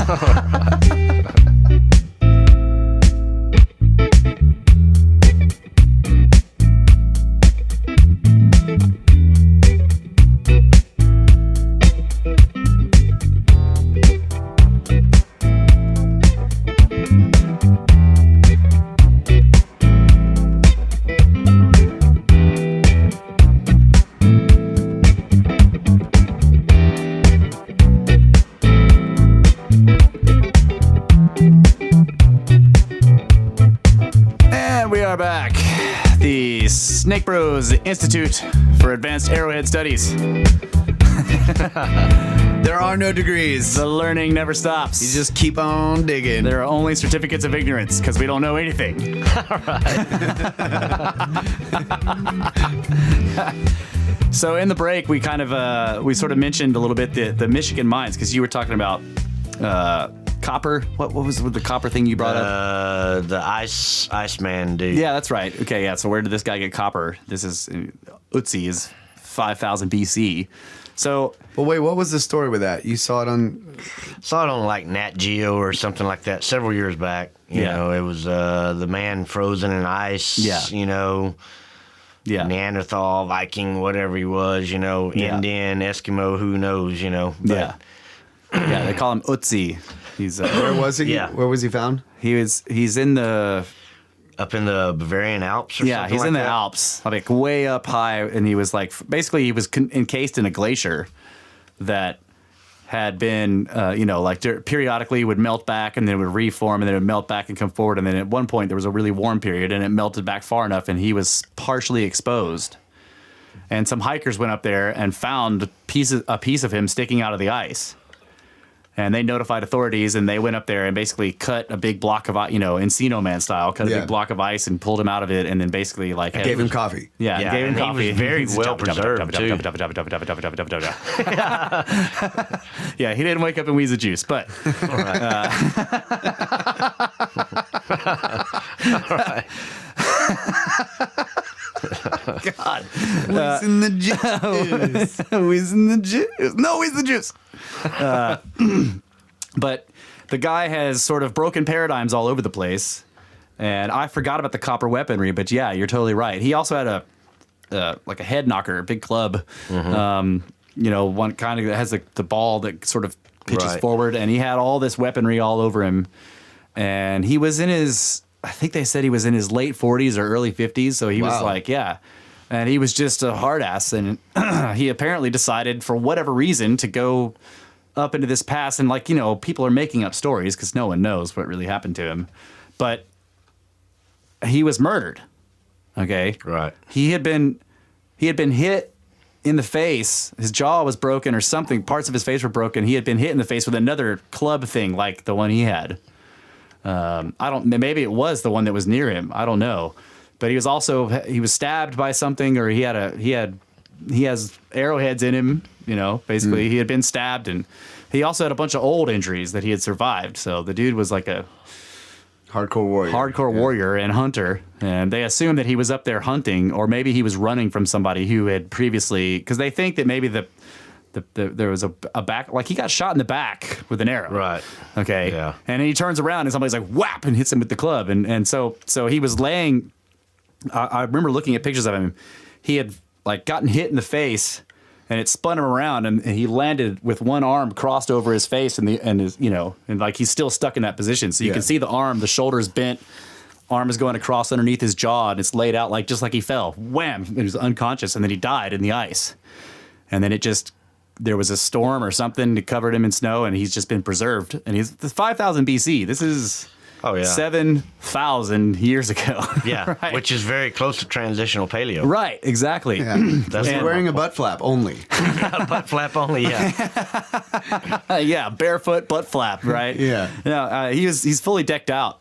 Had all kinds of equipment, very, very intricately detailed, little pouches and packages all over him. It's so freaking awesome. Yeah, they were able to actually explore the contents of his stomach, see what his last meal was, which was kind of a greasy. He ate something that was all greasy. He didn't cook it right, or it was gross, and they were thinking like this meal might have slowed him down, and that's why this guy caught up to him or something like that. But somebody stabbed him in the back from really far away, and then got up close and whopped him in the face. Anyway, the other fascinating thing about him that we were talking about, he had tattoos on various parts of his body, joints and things like that were basically meridian marks that's like associated with Eastern magic and acupuncture, right? And so like you have to wonder like, how did this is why we're diffusionists at this podcast. Like he basically had stuff that's associated with like Far East China, like Chinese magic healing stuff, meridians and acupuncture and things that modern medicine doesn't really acknowledge so much, right? But having to do with chi centers and various things of the body. But he had these tattoos over various parts of his body that are the same as these ancient diagrams that Chinese doctors have that show meridian marks, right? Almost Mongolian type. Yeah, exactly. And so then when they did X-ray scans of him, they found out that in the places where those marks were, he had arthritis or had old injuries, right? So somebody was putting these there for whatever reason, magical cures, So I don't know. That's very fascinating. But the topic of the copper weaponry, you're like, where did this copper come from, right? So this is a topic we've gone through on the show before about, okay, so in Michigan, there are humongous copper mines that are ancient. We found them when we got here. The Europeans did, okay? Right. And what was it? Something like 500 million cubic feet of material were moved out of these mines in ancient period. Wow. A lot of material. And the copper is the best in the world. Like, still to this day, the copper purity in terms of purity, and it's not on the surface. These aren't little like nuggets or whatever. They're buried in granite. Okay. Right. So these ancient people, whoever they were, mined these enormous tunnels down into granite somehow, and then got the copper out of it, and were turning it into these gigantic sort of batwing shaped ingots, and then doing something with them. There's not nearly enough copper in the Americas to account for all the copper. Yeah, so here we go. Okay, it estimated that 500 million pounds of copper were mined in tens of thousands of pits on the Isle Royale and the Kaniwa Peninsula of Michigan by ancient miners. Wow. So another thing is like that we found out is that when the colonial or the settlers got there or whatever, they found thousands of tools, thousands and thousands of hammers all over the place. Like, and that I was reading this report and we read it on the podcast where this guy, this archaeologist at the time was writing this stuff, and he said that these tools from these ancient people, whoever they were, and this is not archaic stuff. This is like very, very old. No one knows who did it. The natives that we found here did not have copper stuff, or they did, but they were little, very precious, trade things or whatever. They didn't have. They didn't have associated with surface copper. Right. Because copper is one of the few metals that will actually you can find it on the surface in its pure state on the surface. Yeah, like gold. It doesn't have to be. It doesn't have to be smelted to get it. It can appear like fully formed on the surface. Yeah. So. Wow. Unlike most metal, like iron is in an ore and you have to kind of smelt it. Like aluminum is a powdery whatever. So silver, same deal. Silver, all this stuff. But like gold, copper, you can find in like nuggets. Copper will corrode. Gold won't. There's a lot of copper mines out in West Texas, Big Bend. Oh, I didn't know that. Have you ever been driving like through Lajitas, Terlingua, all that area? Yeah. And if you see those, I call it the Badlands. Yeah. But those hills, and if you ever see green tint. Yeah, the green tint's copper residue. Copper. Yeah, exactly. Copper residue. And Mr. Pocket, I'm gonna get you, Mr. Pocket. Right. What? What's that? Sorry. I just watched these badass series of short little spaghetti western movies that were just recently made. They're on Netflix. I can't even remember what they're called. But one of them is a guy he's walking along a riverbed and he just does these little potholes. And then he takes the dirt in the pothole and he goes into the creek and he pans it and he sees a little fleck of gold and he goes, 1. And then he walks a little further upstream, does another one. None. Let's go the other direction. So he goes the other way. 3. And he does it again. Yeah. 7. And then he goes until it goes back down to 0. And then he starts triangulating. He's ranging. Yeah. And he goes to sleep that night and he's looking up at the hill and he goes, I'm going to find you, Mr. Pocket. The pocket of gold? Yeah. Okay, I got it. All right. Cool. Sorry, a little side story there, but it was That's awesome. totally fine. This is Tangent Cube. Great friggin'. I wish I knew what it was called. Brett, what is this called? Netflix, Mr. Pocket. Netflix Western movies, recent. So the natives here did have copper artifacts, but not 500 million pounds, right? No way. Yeah, and that's just the copper. Yeah, who knows what else they're getting out there? Yeah. No, but I mean, the amount of stone that they removed from these holes. Yeah. It's unbelievable. I think Jim Vieira said it would take 10,000 guys 1,000 years to remove all with the methods that they think that these people had. Yeah, basically, but flapper methods. But so this, like I was saying, this archaeologist who was looking at this and making a report on the tools, not the mines themselves, but the tools that were being found. Okay, the hammers, the chisels, the other stuff, and some tools that are not understood. Nobody really knows what they were for. But they found wagon loads of hammerheads. I mean, they were saying they brought 10 wagons of hammers out of this area. Okay, that were then reused by the settlers because they were metal. Okay. He said that the quality of the tool that the various metal tools that they had were just as good as modern day blacksmiths could make at the time. So this is like, 18 to 1900s period. So whoever these very, very ancient people were had metallurgy and metalworking skill that matched Western civilization metalworking at that period. Here's an interesting fact talking about copper. Yeah. When people nap arrowheads to date, modern arrowheads, they use a copper napper. That's right. And that's how when you go to artifact show, if you see some just killer point, and whomever is in disbelief that before they buy it, they have it authenticated. So they take it to a authenticator, and he can check for copper residue on it. Check for copper residue on it. So maybe there are some with actual copper residue on them. Maybe. Wow. Just kind of a Native Americans had some copper and said, hey, you know what? This works pretty good. Better than a deer antler because we can't find any deer out here because we're on the frozen tundra. You know what I mean? That's a good point. Let's take a hammer from the 1 billion pounds of a billion pounds of copper. So the other thing is that there's this idea that somebody in ancient times knew how to harden copper like we still can't do it now. And I see this in all these, I read, I go and I'm reading these various things where people were talking about ancient finds, and sometimes it's associated with the giants in the mounds. They find these copper artifacts that shouldn't still be, they should have completely corroded to nothing. Right. And yet they're still there. And not only that, but they're hard, like very, very hard. Like somebody had a way of hardening copper that it has been lost. Some metallurgical science that we don't have anymore. So I find all that kind of stuff fascinating. Like who mined 1 billion pounds of copper in Michigan in ancient times? No one associates the Native Americans with metals at all, right? Absolutely. So I have to wonder about that. And there's this interesting. We talked about this on the last podcast last week, that there's this interesting site that's all the way down in South America. It's in Peru. It's on the border of Peru and Bolivia. Okay, it's called Tiahuanaco, and it's this massively megalithic ancient site. Like the blocks, there are single pieces of stone that are 440 tons. Wow. Okay, and I mean, we're impossible blocks is what we call them. No one can move them. Yeah. Right? Blocks. Impossible blocks, right? And yet somebody built an entire enormous quote unquote city. It's not really a city. It's some kind of, there was a big port because the lake, there's a bit, first of all, it's 11,000 feet above sea level. You can barely breathe there.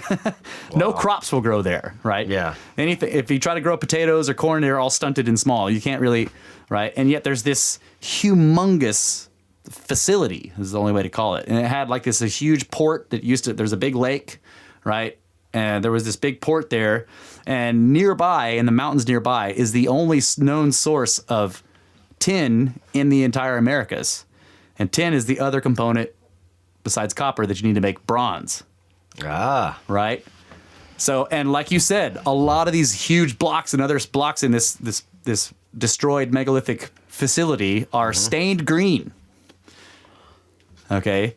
Yeah. So we have this idea, we've kind of been throwing this around, this idea that they were up here during the summer period, they mined all this copper, loaded it all up on boats, and then when the winter starts hitting, they sail south because on the southern hemisphere it's summer during the winter here, right? So they sail down and then they get to this place, and then they're combining it with the tin that these other people have been mining out of this tin mountain, and then they're making bronze and then taking it to Europe to have the Bronze Age. What do you think about that? There you go. What do you think about that? I like it. I like it. Throw Pocahontas in the mix, and you got a Lincoln on a penny. You know what I mean?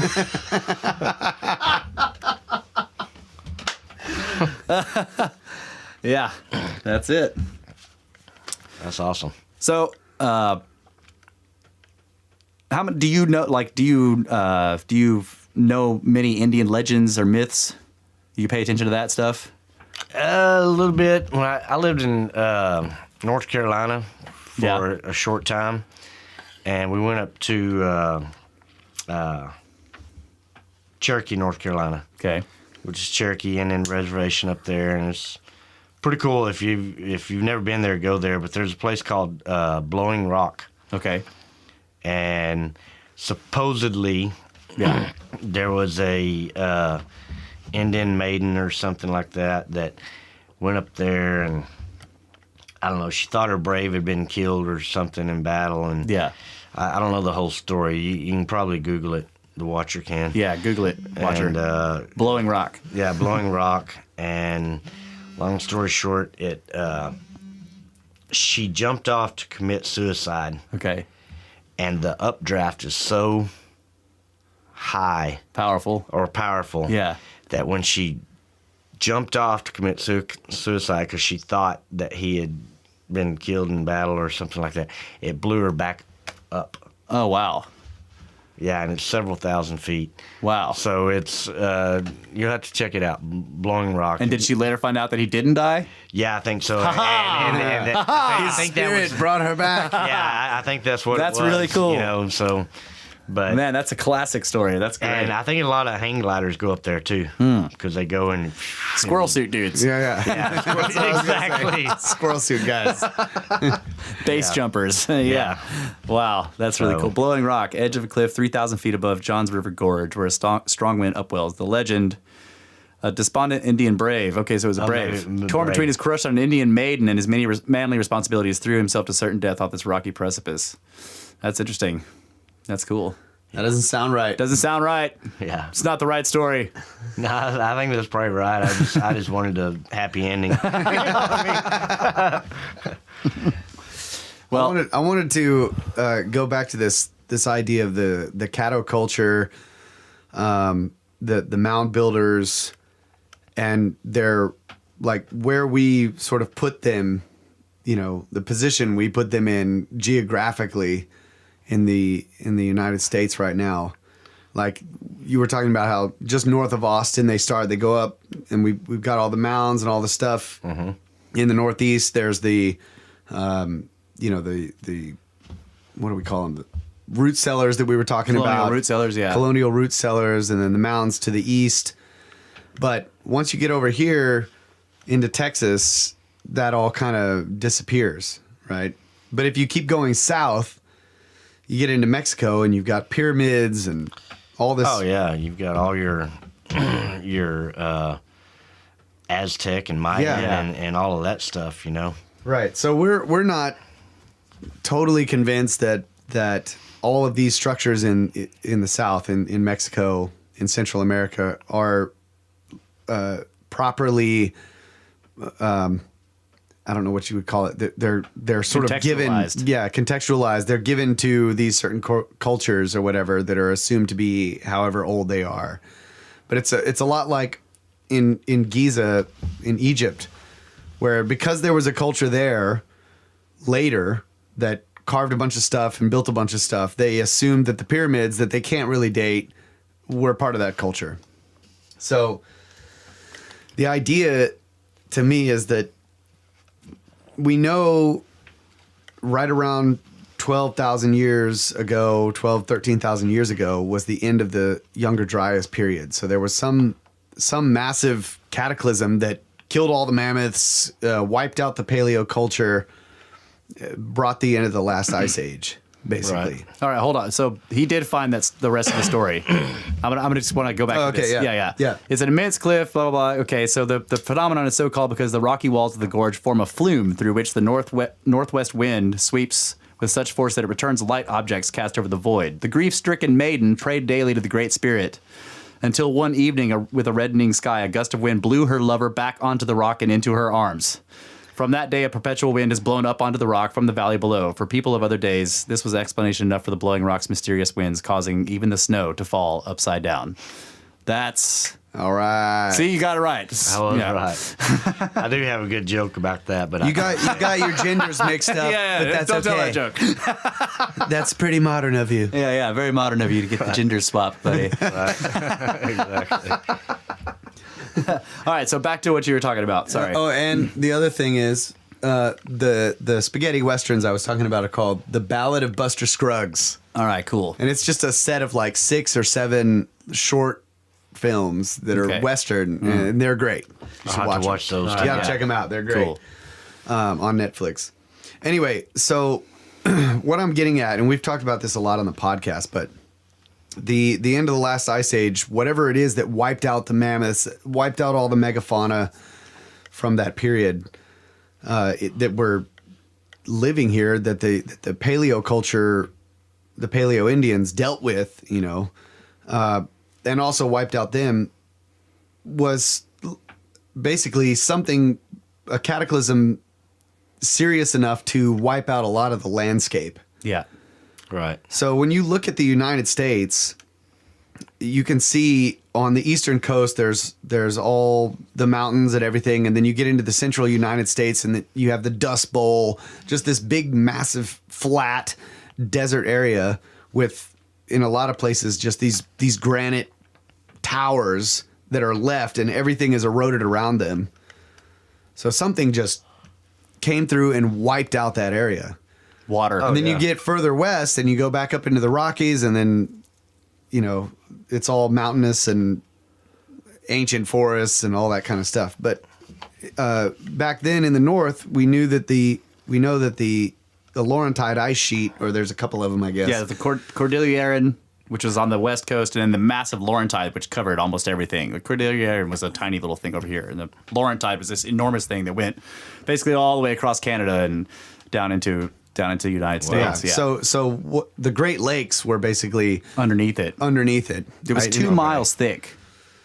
2 miles thick. 2 miles ice. thick. Like if you were in New York on Manhattan Island, you're standing on the surface on Manhattan Island, you have to go straight up 2 miles before you were on top of the ice that used to be there. During the Ice Age. While the Clovis people were here, this was present.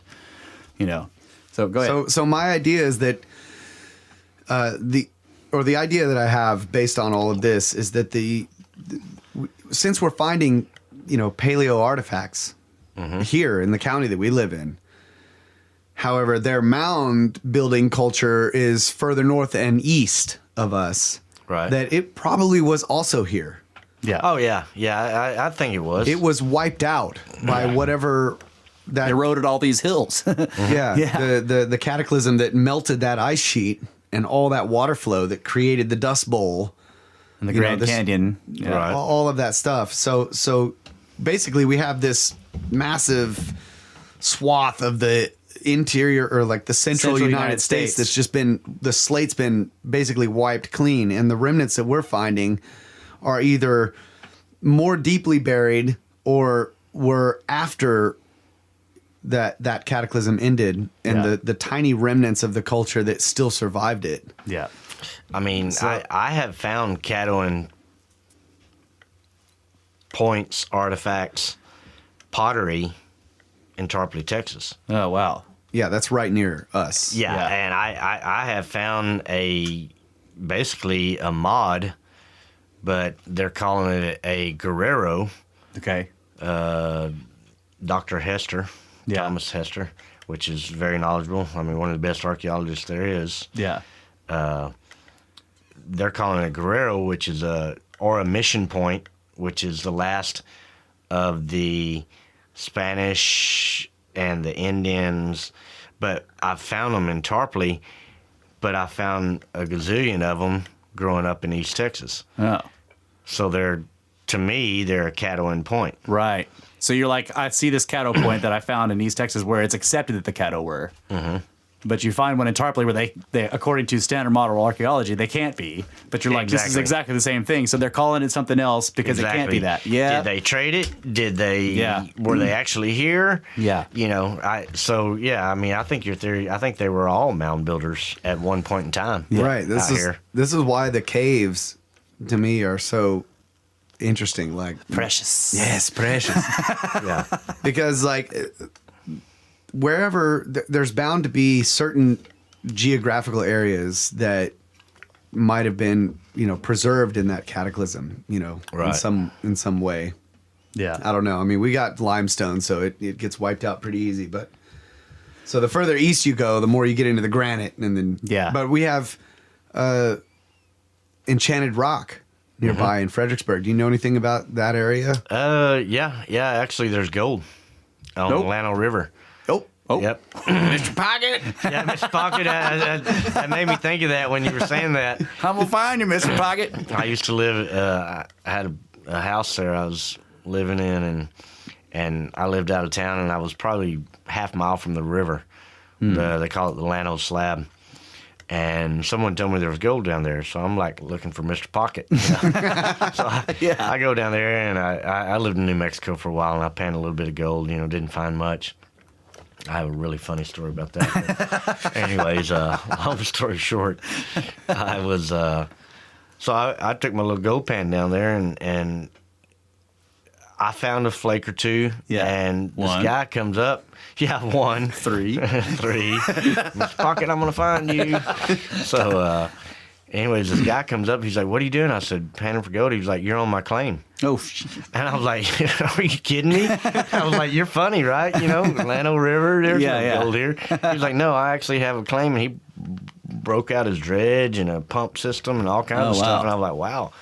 Cool. I'm like, sorry about that. Yeah, can I help? He didn't find much, but I mean, he found enough to keep him happy. Yeah. And That must be fun. Yeah. Yeah, it'd be fun to try. But yeah, there's a lot of where there's granite, there's gold, yeah. Right. and also garnets. Right. And Granite, garnet. Yeah. Yeah. So I started looking for garnets. Yeah. And that was pretty cool. Yeah. Finding the garnets. Those are like Little spheres. rubies. Yeah. Yeah, I've got garnets, uncut garnets that were from Georgia, little balls of them. Yeah. Yeah. Yeah. You can find them in the Llano River. It's pretty cool how you do it. You just take the gravel and get it wet and then throw it on a glass table, right? And then you separate it out and just spread it all out over a little glass table. Yeah. And then when it gets dark, you shine a light underneath. Genius. And you can see Genius. them shining. Yeah. So it was just kind of a fun little deal for the kids and everything. That is cool. Yeah, but Enchanted Rock, yes, they say that the Indians called it Enchanted Rock because when the moon would hit it just right or the sun would hit it just right, it glittered. So they thought it was enchanted. Oh, that's cool. I've I've also heard that local legends. Yeah. There's a local legend also that it was another reason why they call, because I remember reading that, I think. And I also remember reading that it was also called enchanted because it would moan or creak. Oh, really? So that's so cool. like when there were particular periods when the sun was coming down and it was sort of a warm day and then it got cold real fast, the rock would be like, make these strange noises of cooling or something, Right. But it was sort of like the place where the water is way down below and you hear whispers. So like the rock would kind of talk. And like there's actually there are rare reports in the park now because the park says if you hear this, please tell us. And so there are very rare reports where people actually hear the phenomenon of the rock making these very strange. They can't. So far, I haven't been able to find a recording of it, but people always, everyone who's, what I was reading, everyone who has heard it has described that it's almost impossible to describe the sound. That it sounds like no animal or nothing else that they've ever heard, and it's very eerie. Wow. And it happens after dark, right? So you've got this gigantic dark shadow thing, and it starts going, whoa, Kind of like a tin roof creaking after a hot day in the summer. And there's that whole, there's the fissure going through the whole thing. So you can imagine that there are parts of it rubbing, whatever, who knows? That's crazy. Yeah. That's like the Chisos Mountains out in Big Bend. Yeah. You know why they call them Chisos Mountains? No, I don't. What? Because of the lightning storms up there during the summertime. Yeah. And it may not even rain, but there's lightning because of the altitude. Oh. And so the Indians would see it from a distance at night. And Chisos supposedly means ghost in Indians. So they're the Ghost Mountains. Ghost Mountains. Yeah. Yeah. So they might see St. Elmo's fire on them too, because I know big granite spires and massive electrical storms, the granite will sometimes get the St. Elmo's fire. Right. That like ship masts used to get, where it looks like a flame dancing on top of the mast. Right. Yeah. St. Kind of like the Marfa lights. Yes. Yeah. Maybe. Those Yeah. could be really ghosts. Don't. Yeah. I've seen them a million times. Oh, you have? Oh, we yeah. want to get out there to see them. I have never seen them. Oh, really? Yeah. Yeah, you got to go right at the right time. Yeah. And Is it the right time of day or the right time of year? right time of night. Okay. Yeah. I can take y'all out there and show Oh you. man, I would love to see the Marfa lights. Yeah. Yeah, that's pretty cool. I actually saw one time. It came at me and then split into three. Oh. And then it went bloop, bloop. Wow. And then went Like away. back into a single. Yeah. I'm like, whoa, I need to quit drinking beer. Yeah. You know what I mean? So you didn't chase out in the desert, try to get them? Nah, they're like 180 miles out. Yeah, maybe. Yeah. Maybe. So you know where to go. You just go post up, sit on your tailgate, and Yeah, they actually have a whole parking area. Yeah. Yeah. It's just. And how frequent is it? I've seen them every time I drive. Like when I'm guiding hunts out in Van Horn, if I'm driving at night, I'll always slow down. I can see them dancing around out there. If you know what you're looking for. Wow. Yeah. Yeah, you got to. And there's so much skirp derping. Oh, People try to claim, it's cars driving on the distance. You're like, dude, these have been reported for hundreds of years, way before cars, buddy. Yeah. Before there were trains, Exactly. Oh, then it was torches. Oh, come on. Yeah. Oh, then it's a bunch of illegals trying to cross over. They're not splitting their light. They don't want to be seen. You know what I mean? Yeah. Yeah, exactly. Okay, so this is a little bit off topic, but I did want to try to remember to say this. Like we're talking about connections. You're talking about Viking connections, possibly. We're talking about. I think the last time we talked about this, you were saying that there's a sort of newish idea that maybe the Clovis people went that way instead of coming here. Right. Because they found like very, very old Clovis sites, 15,000 years on the East Coast. Right. So the idea that they actually were here and went that way. Yeah, exactly. That they crossed, turned into the Vikings. and then they turned into the Vikings. There you go. Yeah. Neanderthals. So one of the fascinating things that I've been looking at recently are some of the connect. So he's talking about you've got this place in Mexico City, the pyramids, right? And then there's the mound builders up here, and there's just a whole bunch of unexplained stuff. And then the pyramids are just all over the world. Like people are building giant triangles all over the world, right? But I was looking at some of the names of these places, and it struck me like, okay, so an ancient Egyptian wisdom god. He wasn't really a god, but like lowercase g god, right? His name is spelled Thoth. Thoth is how people say it, or Thoth, but it's actually pronounced properly pronounced Tehuti, right? Tehuti. And I'm like looking at the name of that gigantic pyramid, like the Pyramid of the Sun, and everything in Mexico City. It's called Teotihuacan. Yeah. It's like named after this Egyptian guy. Wow. Teotihuacan is how they say it. Teotihuacan, and his name is Teoti. It's very close to the same thing. It's almost like city of this guy, right? And he is credited with the building of the Great Pyramids in Egypt. Wow. Okay, and then you've got these gigantic truncated pyramids in Mexico, and that whole area is called Teotihuacan. And I was like, okay, that's interesting. Yeah. And there's another idea that he is also so he's connected to other. There's this weird thing with ancient gods that you go to different cultures and they have different names, right? Sometimes they're the same name, just said differently in a different language. But there's another ancient Middle Eastern person, sort of mythical, Enoch. Okay, Enoch is his name, and he is like associated with Hermes Trismegistus, who is like the god Hermes was the wisdom god of the Greeks, right? Right. So like we use the word hermetic now in science to mean something sealed perfectly. It's hermetically sealed. So it carries up to even to this day. Like Hermes was the god of knowledge. He's part of the reason why the podcast is named Brothers of the Serpent. Like, you know how a medical symbol has the snakes twined up the staff? Mm-hmm. Yeah. That's the symbol of Hermes Trismegistus, right? Okay. The serpents are the symbol of knowledge. And also they kind of look like DNA. Right. Right. But Enoch and Hermes and Tehuti are all associated, and maybe the same person. They're associated with having been given knowledge from the gods, the Watchers. This is where we call our friend Brett the Watcher, right? The Watchers or the Nephilim, the sky gods, were giving knowledge to Tehuti or to Hermes or to Enoch, okay? And then there's another place, I can't remember if it's in Mexico, but it's called Tenochtitlan, and Enoch is in the name, Tenoch. Titlan.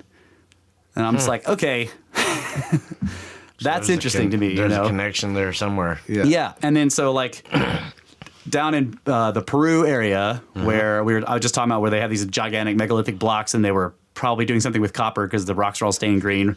In that area where that lake is, there's this enormous lake up there at that 11,000 feet level. The natives there build reed boats that are exactly the same as the ancient reed boats that the Egyptians used to build. I mean, they're exactly the same. The style, they weren't papyrus reeds or whatever the Egyptians were using, but they have an analog of that there, and they do the same thing. And like Graham Hancock, an author who studied a bunch of this stuff, went and got to watch one of the old guys making one of these boats. And they would get these reeds and they'd bundle them together and then tie them incredibly tightly, and then bind them all together to make these like sort of reed boats looking type thing. And it's just exactly like the ones that the ancient Egyptians made. So there's these connections that go across the world that connect like ancient Egypt's pyramid building culture with ancient cultures here that were also building pyramids using enormous blocks. And I think they're all connected. Yeah, my opinion. Yeah. That's kind of where we're at too. Like the whole idea that the mound builders here, or like whoever built like these mounds, even they're burial mounds or whatever, but they're truncated pyramids. Yeah, like so many of them. They have square sides and then they're cut off on the top. The root cellars that we were talking about. Root cellars. The colonial root cellars. The colonial root cellars. The stonemasonry in there is so similar to the dry laid stonemasonry everywhere else. And it just, like, to me, it seems like, we have this fairly recent, geologically speaking, time period of this cataclysm that happened mainly here. Yeah. Right? This was the epicenter where North America was. Yeah. Right. So we have this big, massive blank spot in the middle of the United States, but we have all, like, right after that happened, we have the best, most beautifully made artistic stone artifacts, the paleo artifacts, with all of their meticulous flaking and everything that we were talking about. That's just perfect. And then from there, there's just this, what was Cody Tripp say? There's just like this. Oh, yeah. When I talked to Cody today, he was talking about how there's this huge gap between late Paleo and early Archaic. He's like, there's just this big gap, and there's nothing there. And then the early Archaic stuff is not very good compared to the Paleo stuff. Like the Paleo artifacts are just freaking phenomenally gorgeous. And then you get into early Archaic, and they're kind of like, like these people were sort of struggling. Yeah. And then the skill builds back up, right? So there's this obvious.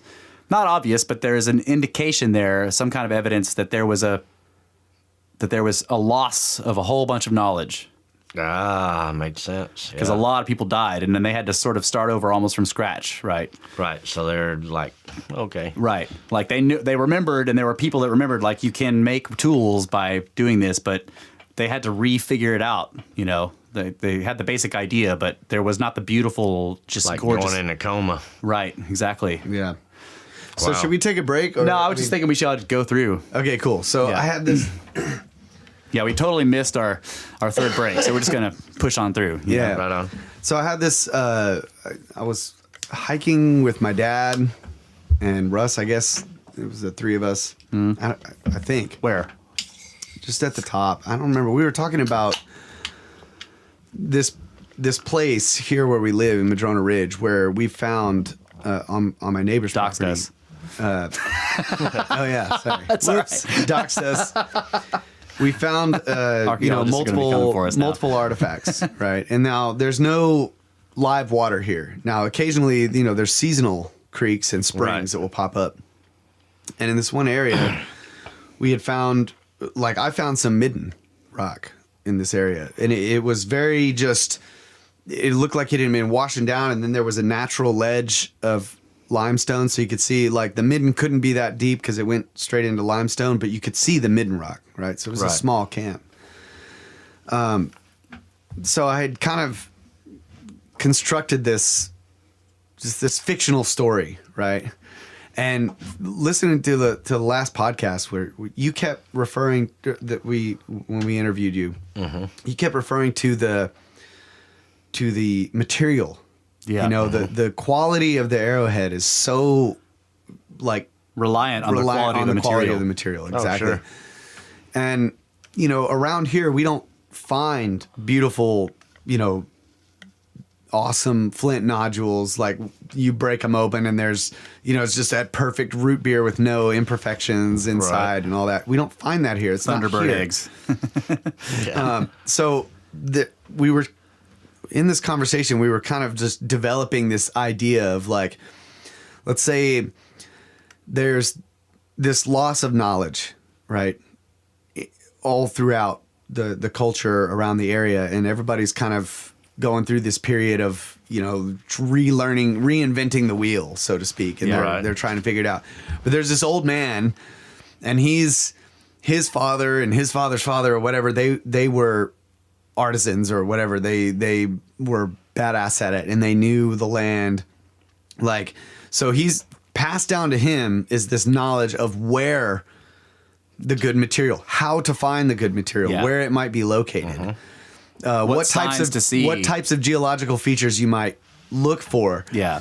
And the other nomadic tribes around know about this old man, but he's too old to move around, and he's got his little cubbyhole up here in the middle of shaman school. Right. Yeah, his little shaman school up here with his little family. Yeah. With his little family, and they have this one little spring, and they've just got what they need. Oh, I see. So these other braves or whatever will travel to him and say, oh, hey, they'll bring him goods, from down at the Medina River, where they've got different types of stuff that so they bring him all this stuff, and they bring him nodules, or he tells them where to go. Like, you need to go up to this place, and you need to look for this at this gorge or whatever, and you'll see this type of stuff in the stone. Yeah. Bring me these things. Yeah. And so they bring him these chunks of flint, and then he breaks them open and makes them these badass points. Like, he's the guy that can freaking make, or he's training them or something like that. So he's probably training some, Yeah, because like basically the idea was we were thinking about caches, like how you might find this little place that's up high in elevation, far away from the river, but there used to be an old spring there you can see, and there's a little bit of burn rock, and you could dig there, and you might find a cache of like 20 just freaking phenomenal points, because that was his deal. He was just the old man up in the hill that could make you the most badass shit. Exactly. If you brought him the good material. And he knew where the good material was. And if you brought him that material, he would just make you like... So it was quest style. Like, first you quested to get to the guy, you brought him gifts, and then he gives you another quest to find the material. And then you're like, okay, damn it. And then you go do all that, and then you set the fire next to the cliff, and you break off the stuff, and then you bring that stuff back to him, and you give it to him, and then like you wait, and then you come back, and then you've got this badass He makes artifact. like just a set of just freaking awesome. Yeah, and whereas no camp is supposed to be theoretical. Right. Exactly. I have a perfect example of that. All right. My son lives out on English Crossing. And when I first met his mother, I stayed out there on that ranch and everything, and I looked all over for arrowheads. Yeah. They've got a couple of creeks, and I found a couple of camps and stuff like this. But there's one place right by the house that makes no sense. He sent me pictures the other day of a Nolan Point, which is 8,000 years old. Wow. Transitional paleo, very close to it. He found Martindale, transitional paleo. Wow. Very close to transitional paleo. And then he found a bird point. Huh. And I said, where'd you find all this at? He's right here by the house, up on the hill. So I go out there just 2 days ago. Take him home, go out there, and he wanted to show me this place. Well, there is a little bitty Midden. I mean, smaller than the circle you and I are sitting in. Right. 10 by 10 by 10. 10 by 10 by 10. Yeah. Smaller than that. 4 by 4 by 4. And there's flint everywhere, but there's bedrock 3 inches down. Yeah. And he's like, well, why are these paleo or almost paleo points being found right here? I said, probably because they thought, hey, there was a spring here at some time or another. Yeah. Let's camp here. A couple of those guys napped out some arrowheads, and they moved on. Yeah. Yeah. And that was it, and he was like, well, can I dig here? I said, yeah, you can probably dig there. You're not going to find a lot. Yeah. But you may find some killer. Yeah. Yes. Like you're talking about, cache. Yeah. And the period you're talking about that he found is exactly what we're talking about. Yeah. Transitional paleo is like just enough time after the cataclysm for them to start doing stuff again, right? Everybody is like sort of calmed down from trying not to die. And there's a couple of old guys who were who taught survived. well. Yeah. Like, so we think about it in modern day terms. Like, if we had some cataclysm that wiped most of us out, here and there in random places around the country would be some scientist who had some knowledge and ability to rebuild some if you could bring in the types materials of tools and machines that could do certain things if he could get the materials. Exactly. So he would know where those materials might be located, and he could tell this person, that person. Yeah. He's not going to tell them how to build it because that's his too deal. hard. Yeah. But they can go and do it. So I thought that was like another story that you told, and I don't know if you told this on the last podcast, but there was a shelter that you went into that you said was no bigger than the cab of your truck. You were sitting there waiting for a cat or something. Right. And you like look down and there's that. Yeah, perfect arrowhead. I mean, one of the best scalorn points I've ever found. A what point? Scalorn or scalorn. Okay. Like SKLORN? Is that SCALLORN. Okay. Like a bird point though, right? Yeah, they're an arrow point. We found a bunch of them in Tarpley when I did that dig over there. But they're, I mean, there was no sign.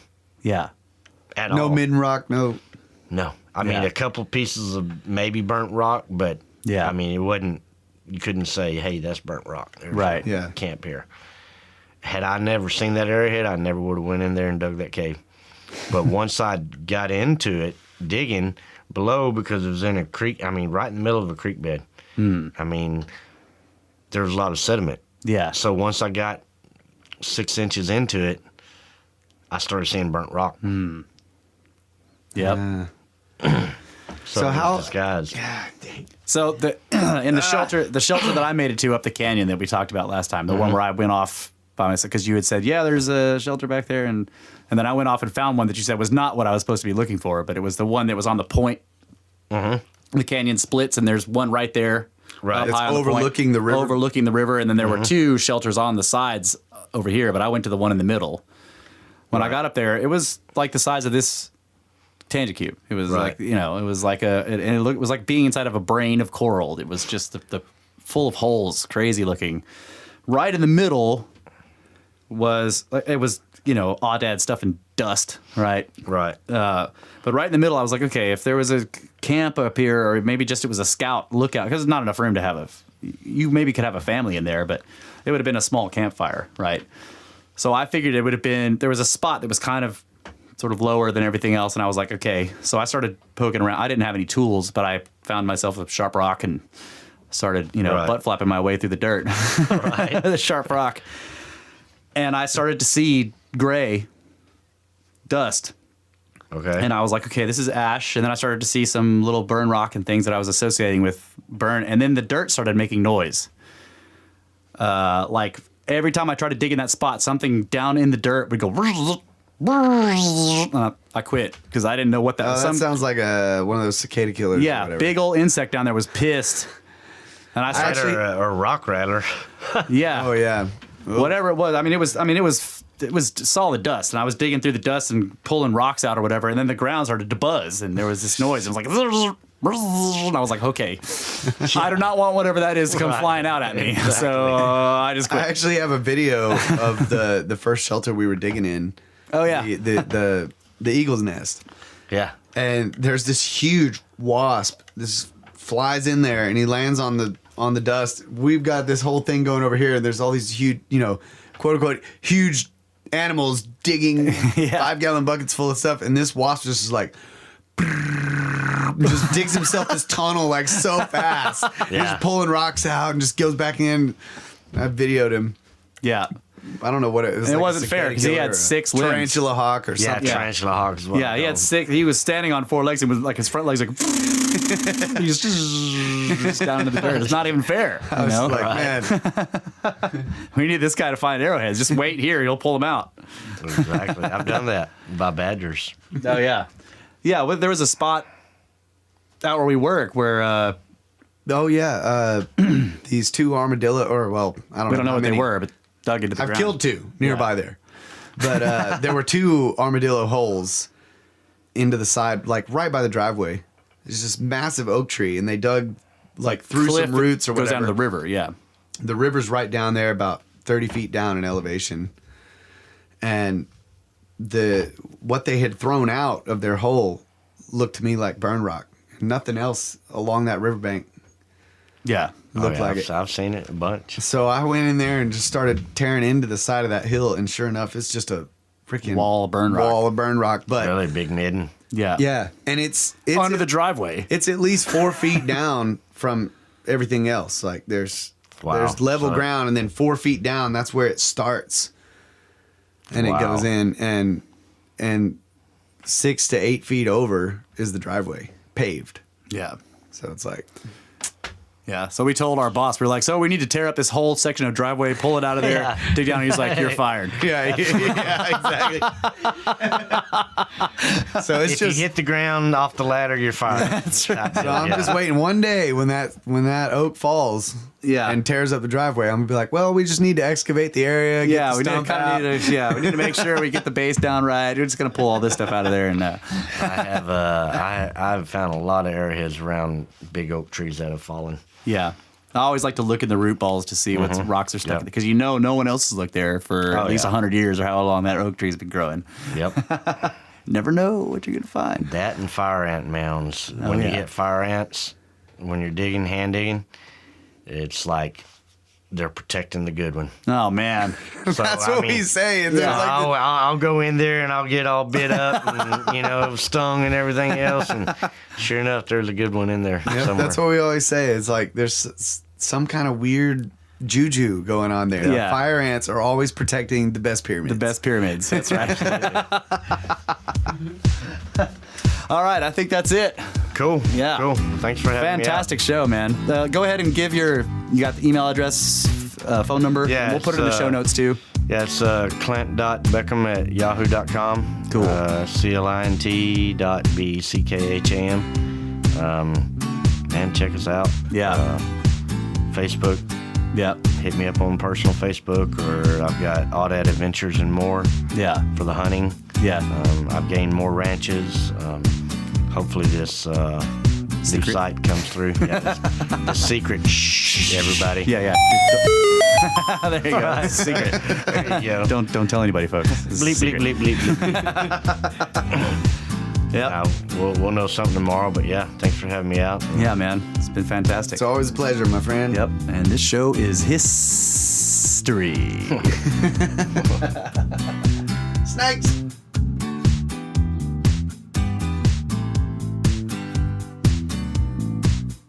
All right, that was a kick-ass show with Mr. Clint Beckham. Oh, it was so good. Yeah, that was a great show.